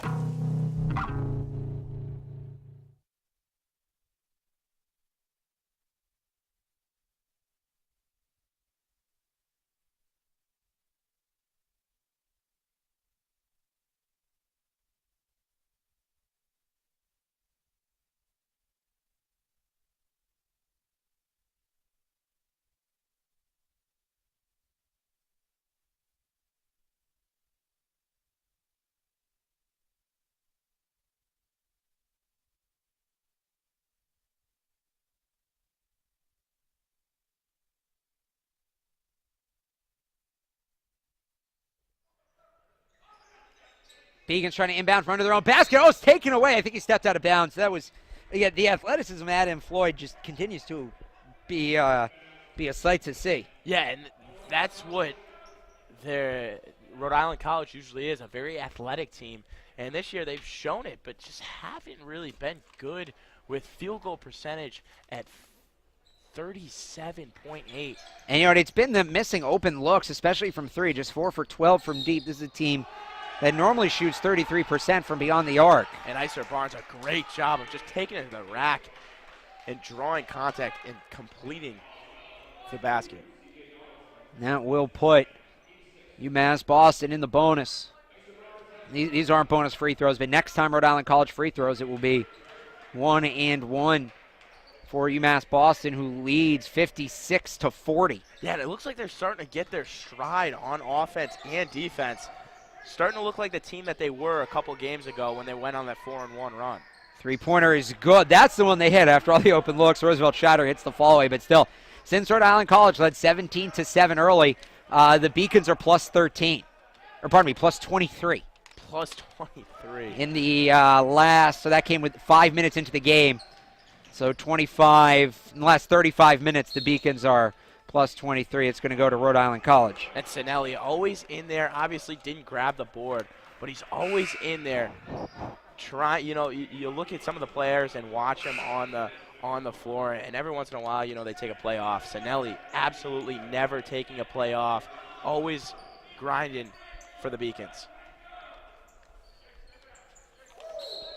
Did he step over the line? Yes. It's the second time we've seen that. I've never seen that call, and then we saw it Tuesday, and we've seen it twice here today. Yeah, and the Beacons doing a great job pressuring. I mean, we talked about why would they go in a full court press when they're up 13. Maybe we'd lay back a little bit and wait for them to come to you, but doing a great job in turning the ball over Rhode Island College. Mitchell off the screen, kicks it out to Boyd, and back up to the top to Lee. 24 seconds to shoot. Beacons are going to attempt to eat some clock here, it looks like. Lee with the screen to his left, gives it back to Sinelli. His lane's cut off. Boyd on the left-hand drive, tried to go back door to Mitchell, couldn't find it. Sinelli comes up with the loose ball, has to get out of the crowd. He does, 7 seconds to shoot. Boyd's going to get an open look at a three, can't get it to go. And Sinelli, a great job right there to kind of keep on to the possession, but Boyd cannot connect. Scheider up the floor and hands it off to Donaldson. 10:06 to go in the second half. Beacons lead by 13. They've led by as much as 16. Mitchell stepping at Petaway, trying to back him up a bit. Ball goes to the far side, now in the post. Gillis backing down. Smith turns around, no good. Rebound, Campbell, he gets it to go. It seems like forever ago, Steve, we were talking about Grant Gillis as the dominant force. He's kind of fallen out of favor for Rhode Island College, but Justin Campbell has probably been as dominant as anybody on the floor from start to finish. He just hasn't had the pieces around him. Yeah, I was actually just about to point that out. You stole it right out of my mouth. Lee to Sinelli, guarded by Campbell. Near side to Mitchell, wants to go inside to Smith, gets it in there, low bounce pass. Smith's going to pull up over the bigger man, can't get it to go. Kicked out, Gillis grabs the rebound. 9:20 to go. Beacons getting a little hesitant on offense and slowing down a little bit, not pushing the pace like they were a couple minutes ago. Gillis on the elbow, fakes the jumper. He's not in the paint. He can take his time there, kicks it back, and a foul before the shot. As Roosevelt Shadow was trying to go up, he had a foul away from the ball. And yeah, Charles Mitchell looks like he's in some pain right now as he walks off the court. Yeah, it looked like he got hit in the face. He's going to stay on the court. He's staying on the court. He's just walking to a spot near the bench. Now he walks back across, and saw him banging at his chest a little bit, looking up. But he's going to stay in. He's going to tough this one out here. Although I'm sure if you're Coach Harris, you get a little bit bigger of a lead, you take him out and get rid of any disaster scenario. Hawkins can't hit on the fadeaway there. 8:46 to go. Rhode Island College really needs to up the tempo here. Time's starting to run out. They kick it back to Petaway. Petaway working on Barnes, gives it to Donaldson. Donaldson gets the screen to his left. He's going to drive, hesitate, go baseline, can't get it to go. Campbell comes in fighting for the rebound. Players acted like they heard a whistle. Campbell with his own offensive rebound now, and the third time's the charm. He puts it in. We're back down to a 9-point game. Yeah, you talked about it. Campbell's really asserting himself down low as one of the dominant forces for Rhode Island College. Mitchell pulls up with the three, too much. Rebound to Donaldson. Donaldson, who has been held ice cold thus far. Works his way in the lane, gives it back. Scheider, the pull-up from the elbow, no good off the glass. Campbell, another offensive rebound and another putback. Yeah, and the Beacons got to control him down low because they're within 7, have on a 6-0 run. Timeout for UMass Boston. Justin Campbell, who is not top 3 in the team in scoring, he is 3rd in rebounding, has started to take this game over. Can he carry Rhode Island College back? Find out after this. Something I discovered in myself is that if I have a goal, I can accomplish it. It's a well-rounded experience. At a Division III school, you primarily a student athlete, so the school is really shaped around you developing yourself as a complete individual. It helps a lot that you have a family with your team that can guide you.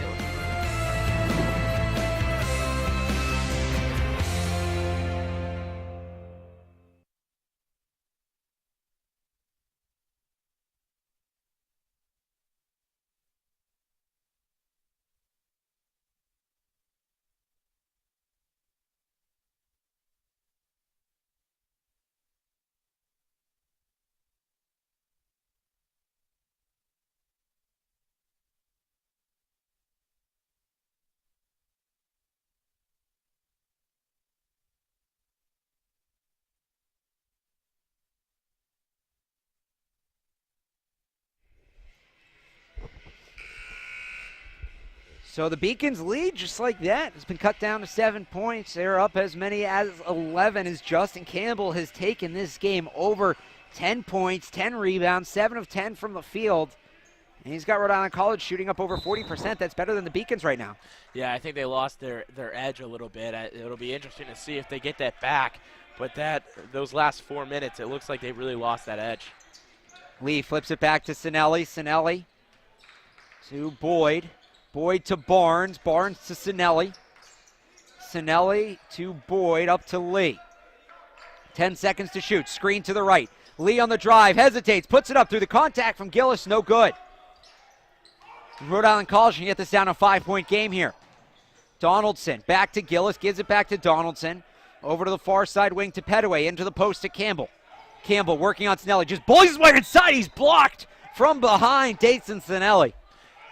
Dayson Sinelli, just a beautiful defensive play right there. No foul, all ball. They get it in. Spot up three-pointer, too much. Another offensive rebound for Rhode Island College. This time coming down with it is A.J. Petaway. Donaldson's trying to set things up. It's the 8th offensive rebound of the night. For Rhode Island College, they're tied with UMass Boston for 8. Count that one in the foul. And Justin Campbell's just in some kind of zone right now. But he's been in this game for about 5 minutes. There's still another 7 to go. The question is, how long can he keep doing this? Yeah, he's just bullying down there. Obviously, Sinelli doing a great job. Well, all he can do, and then picked up the foul.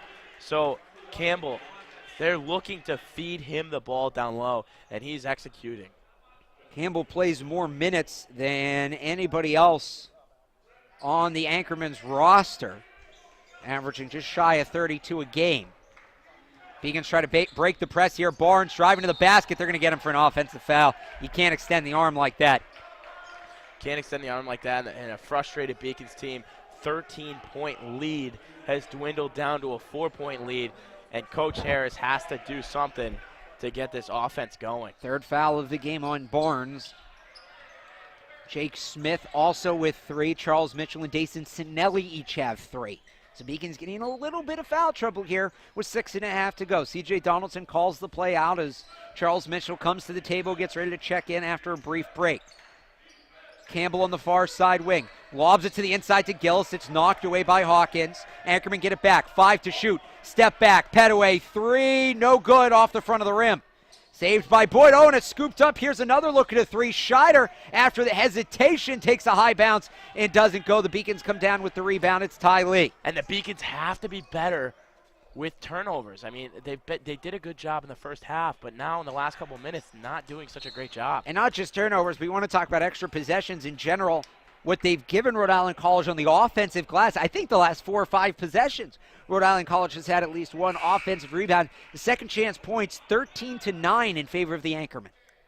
Yeah, and the Beacons, what it's going to come down to is free throws. And as a team, you know, we talked about it in the last couple of games. They have to be better with free throw percentage at 66.9, 4th in the LEC. Have to be better today. First one from Lee is no good in the 1-on-1 situation. Beacons are on the bonus, though, for the rest of this game. The Anchorman will be on the next foul. 56-52, UMass Boston leads. They try to get to Gillis, taken away by Mitchell. 1-on-1, now 2-on-1. He's got some help. He's going to take it himself, put it short. Sinelli with the rebound, kicks it out to Boyd. That is a huge rebound by Dayson Sinelli. Beacons almost gave all the momentum away. Yeah, beautiful rebound by Sinelli in the pass. I mean, he was practically 1 foot on the ground before he threw that out. Boyd back to Mitchell. Mitchell drives the lane. His floater will be waved off for an offensive foul, and I believe, yes, that is 4 fouls now on Charles Mitchell. Yeah, that's a tough one. I mean, he's driving the lane. There's not much he could do.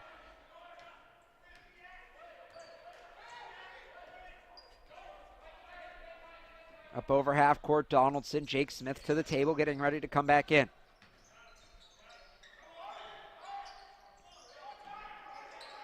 And look at Campbell just trying to get positioning. Dayson Sinelli doing a great job not allowing that ball to get in. If the Beacons hold on to this one, it is going to be a huge part to the effort Dayson Sinelli has given down low here in the second half. And Jake Smith checking in for Hawkins.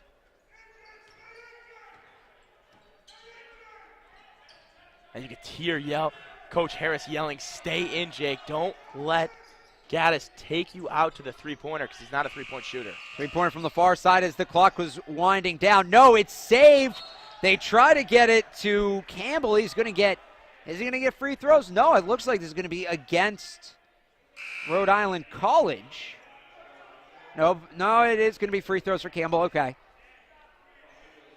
So Justin Campbell going to the line again. After the ball was saved by Grant Gillis, Campbell has attempted 3 free throws this far. He's made them all. He's got 19 points, 11 rebounds, and 3 assists. He's been outstanding. And we talked about it. It's going to come down to the last 2 or 3 possessions, and Beacon's up 13. College basketball, a game of runs. Rhode Island College getting hot as of late, and one thing Rhode Island College is doing that is going to get them back in this game is free throw percentage, 81.8%. 81.8. Misses that one. The junior from New Haven, though, makes it a 1-point game, 56-53, following Steve's jinx. It's a 3-point game. Did I say 1 point? I meant 1 possession. My bad. Gotcha. Lee guarded by Petaway. Lee to his right gets a screen from Smith. Smith tried to roll. Right there with him was Gillis. Now they get inside to Smith. We'll see if he pulls up again on Gillis. No, he gives inside to Barnes, who cuts to the basket and finishes for the deuce. Beautiful cut by Barnes and a huge basket that the Beacons needed. Up 5, 2 possessions with 4 minutes to go. Inside to Gillis.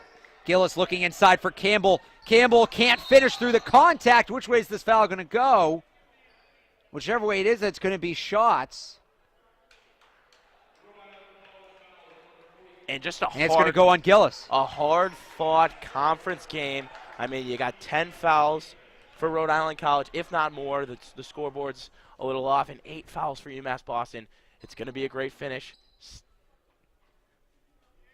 They stopped counting after 10, but I can tell you this. In total, 19 by Rhode Island College, 15 by UMass Boston. Yeah, and it's all going to come down to free throws. Something that the Beacons haven't done so good in the last couple minutes. Smith's first shot is good. Jake Smith's a 70% free throw shooter. The Beacons coming in 65% from the stripe. That's last in the conference. Definitely not a good look. Not if you want to win games. Especially close ones. Beacons leaving 4 players back defensively, not caring for this rebound as Smith misses that one. So 6-point game, 59-53, 4 minutes to go. Donaldson goes right to left, guarded by Barnes, gives it to Petaway. Petaway tried to, maybe takes a little acting class as part of his curriculum, rocked his head back, didn't see any contact. They play on.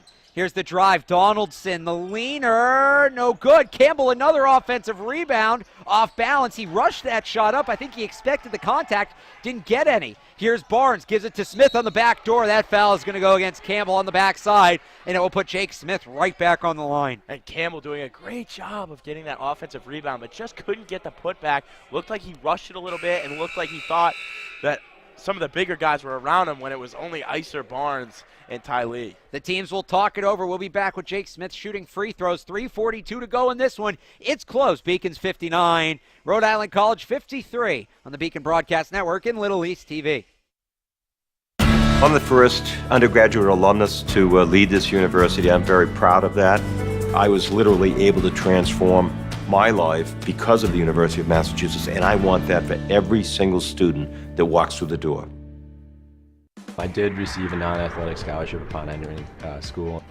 I got the presidential scholarship, which was huge for me.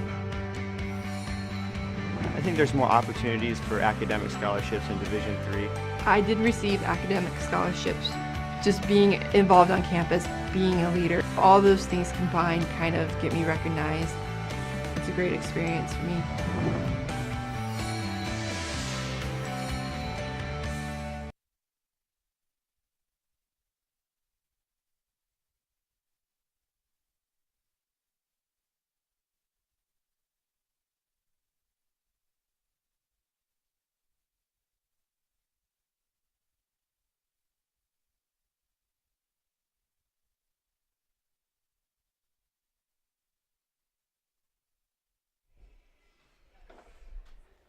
So Jake Smith will be at the line shooting 2.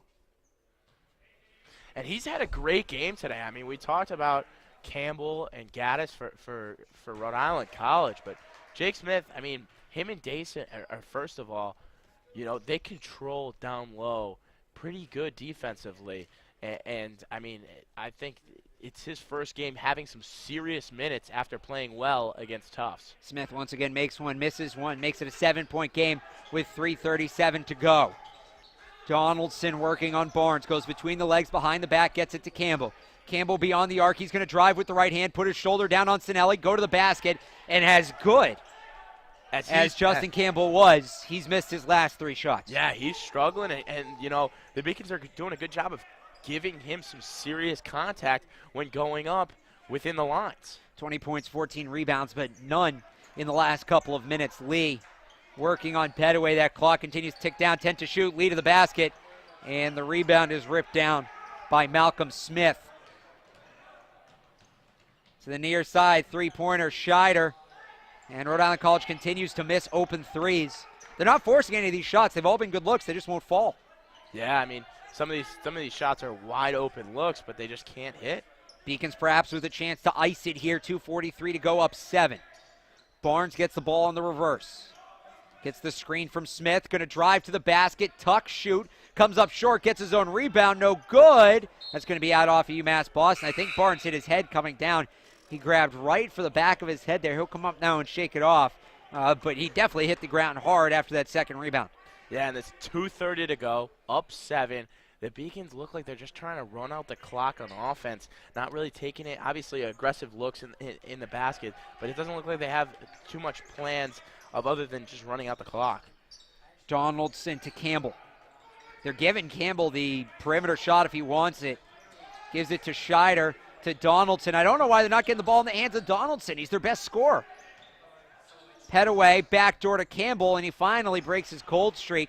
That's going to make it a 5-point game with 2 minutes to go. Yeah, Donaldson, ice cold today, 6 points, 2 for 8, and 2 for 3 behind the arc. Those are both, remember, just shots he had to put up at the buzzer. They weren't even necessarily good shots. There's the shot clock running out. Lee gets a clear line to the basket, finishes over Gillis, and gets the lead back up to 7. Timeout, Rhode Island College, 1:53 to go. Can the Beacons hold on for the final stretch? We'll find out after this.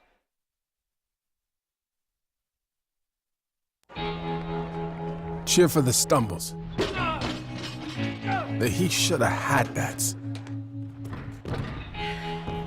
And the tears that linger. For in those moments, greatness lies. There, you will find the provoked, the determined, the unified. It's in those moments that champions are born.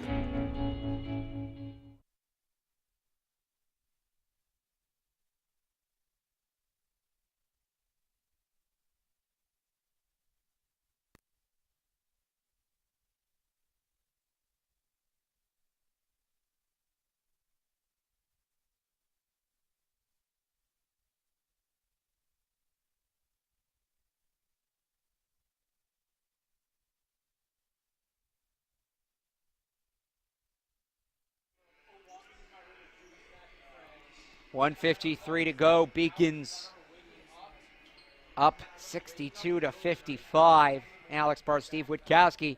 In the final stages here of our doubleheader, you saw the UMass Boston women's team win earlier today against Rhode Island College men trying to do the same. They just have to hold out for another couple hundred seconds. Yeah, and Iser Barnes, great defense right here. Good pressure. Open 3 look for Scheider. He misses again, and again he's not even close. The putback by Gillis is good, but Rhode Island College continues to miss open threes. And the thing that's going to seal it for the Beacons is free throws. 5-point game. Barnes going to try to take this clock down, gives it to Lee, 18 seconds on the shot clock. Huge possession for the Beacons here. And they're going to get Rhode Island College for a foul. That would be costly. I think they're going to get A.J. Petaway. So it'll be two shots for an excellent free throw shooter in Ty Lee. Yeah, and he's fared well at the line today so far. So that's a tough guy to foul, especially if you're Rhode Island College. First one would really put pressure on. Second one might be the ball game.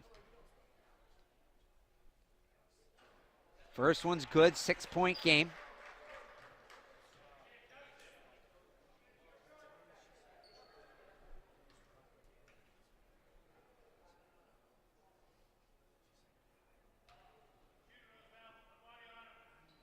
And Lee gets a second to go. That makes it 7 points. That makes it, for all intents and purposes, a 3-possession game. Donaldson off the screen. Don't need a 3 here if you're Rhode Island College. Remember, you need 3 baskets. So you got to score quick. Donaldson tries to go backdoor. Gave it right to Jake Smith. 1:04 to go, and that might do it. Yeah, interesting that they're not fouling. I mean, obviously, Ty Lee, a great ball handler. And there it is. Obviously, you got to look for the foul first. But Ty Lee, you know, is so good with the ball, so mature. Sophomore season, you know, it definitely huge for the Beacons to have him back today. I personally think that the offense runs extremely well when he's out there. I mean, you have Boyd.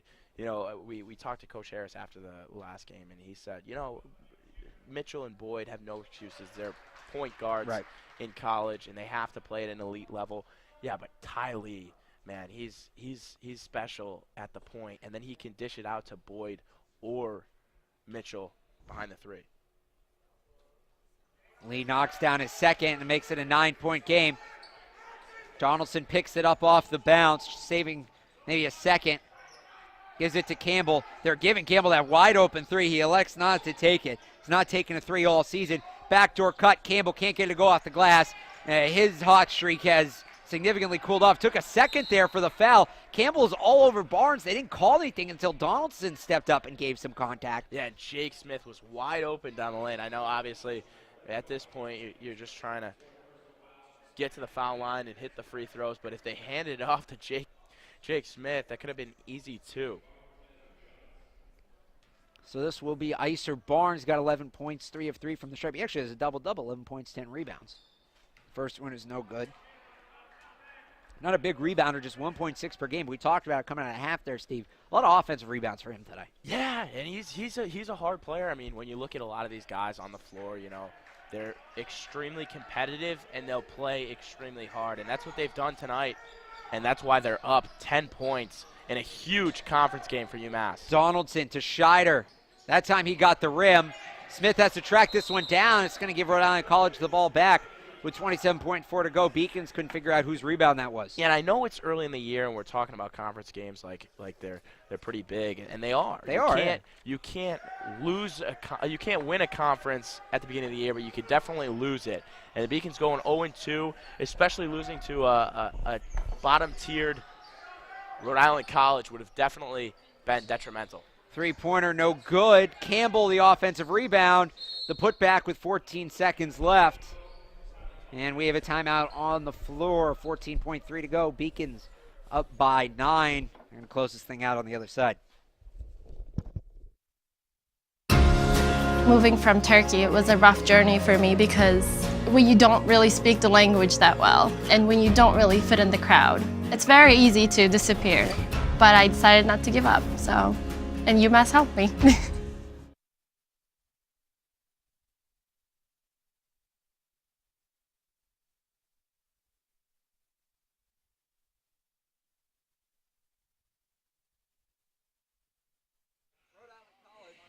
Rhode Island College takes the timeout. In an 8-point game, they would have to get the steal here. Maybe you drop for the steal, instantly hit the 3. That makes it a 5-point game. And then you're talking about a contest again. But this is the last chance here for Rhode Island College if UMass Boston so much as inbounds this basketball. And that's the final nail.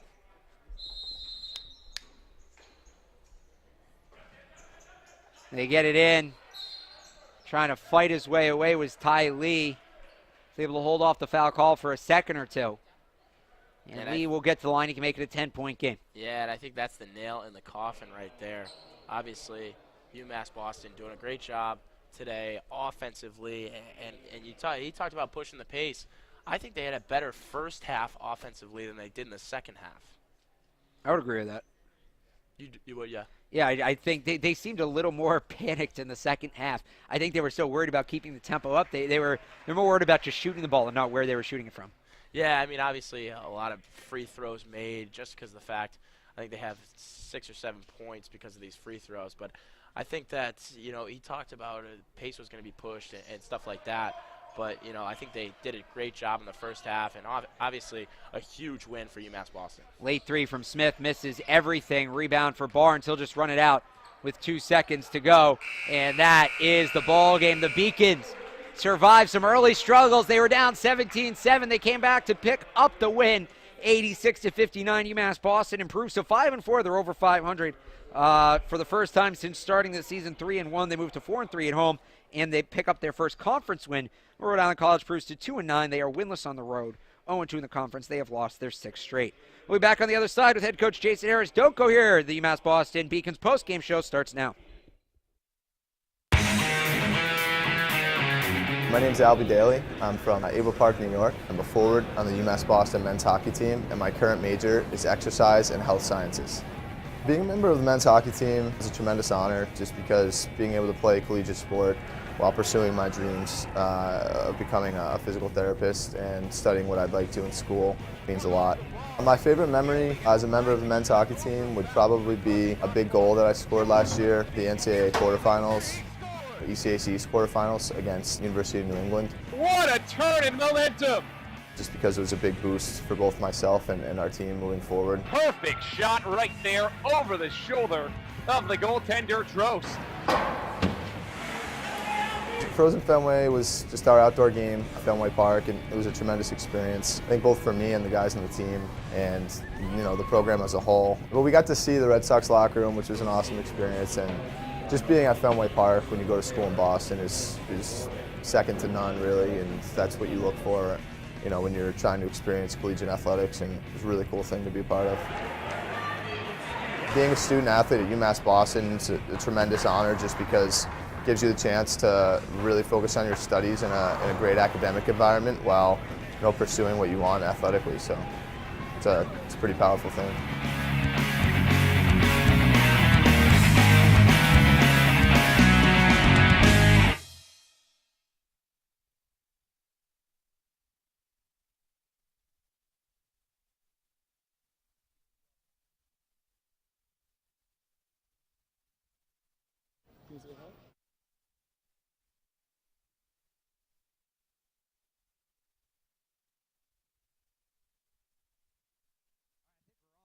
Here with Coach Harris. Sorry about that, and his special guest, Coach. You guys, it was a lot of offensive rebounds in that game from both sides. Do you feel like that's something that benefits your team? Yeah, physicality, competitiveness, those types of things. I mean, that's how you got to win in the Little East Conference, because you're not going to make shots every night. Your offense isn't going to travel, but hit a sore spot there. But just the physicality, man, and defense and offensive rebounds, those are things you can control. Campbell, number 35 for Rhode Island College, really started heating up there at the end. It seemed like he was getting every single offensive rebound. The putbacks were nonstop, but then he went cold there at the end. What adjustments did you make on him? Blocking out and running the floor. I mean, that's how he scores. He crashes really hard. He gets points in transition and he gets fouled. So, that's on the scouting report. And when you'll see late, we gave one up and we subbed out. Like, we talked about that. You can't get beat over the top with that.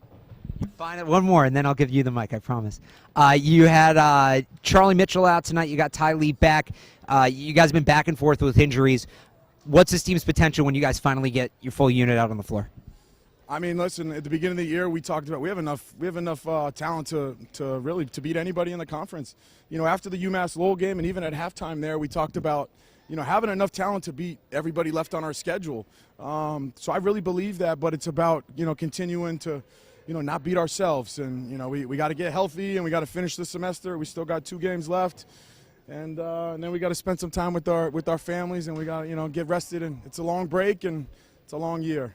I'll let you get to the family time, Coach. Thank you very much, and congrats on the win. All right, thank you. More post game coming up after this. I'm Alexa Capion. I'm from Messina, New York. I'm a junior on the women's ice hockey team, and I'm an exercise health science major. But when I got here, I met Coach Harris, and I saw the facility, and I met a couple of the girls on the team, and I pretty much got a feel of the program, and I knew right away that this is where I wanted to go to school. We have all league games for the rest of the year, so that's going to be a huge test for us. We need those points to hopefully come out with a good standing for playoffs. A couple of highlights from the last couple of years I've been playing was probably last year when we won our first Codfish Bowl. We made history that year. I was really excited to be part of that. I don't have very many goals, but when I do score, it's definitely a big deal. That's a goal. For the past 3 years, we've had Emily. She is a member of the Team Impact program, and that's for children with illnesses that want to be part of a collegiate program. She's great. She comes and watches all of our games. She has her own jersey. She has her own stick. We've got her all this equipment. It's really awesome to have. She gives us a lot of motivation, and she comes in the locker room and talks to us before games, and it's really cool to have her here and be part of our team. When I graduate, I definitely want to go to graduate school, most likely for either athletic training or physical therapy. Our trainers here have definitely given me an insight about what it takes to be an athletic trainer. They're always on top of everything. They always know how to help us and what to do and what not to do. They're always there for us when we need them, and that's given me a lot of help with what I could be doing after I graduate, so that's nice to have them. All right, and we're back. Thanks to Coach Harris and his family for taking the time there. Riley Kerr's got nothing on that kid, I'll say that. Took a look at the highlights. All right, let's take a look at the stats from this one. Nope, we don't have the stats. Oh, we do have stats. Let's take a look at the stats then, shall we? For UMass, both teams are shooting over 40% there late in the second half, but those numbers dropped off pretty quickly. Both teams end up shooting under their season averages. The three-point number specifically low for Rhode Island College, and it's not they were taking bad looks, they're just missing open shots. Yeah, I mean, 37% and 34% isn't going to shooting 34% isn't going to win you a conference game.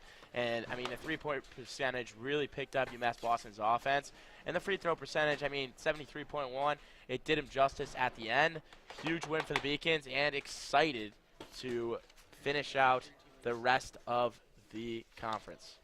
So we don't have team leaders, or do we?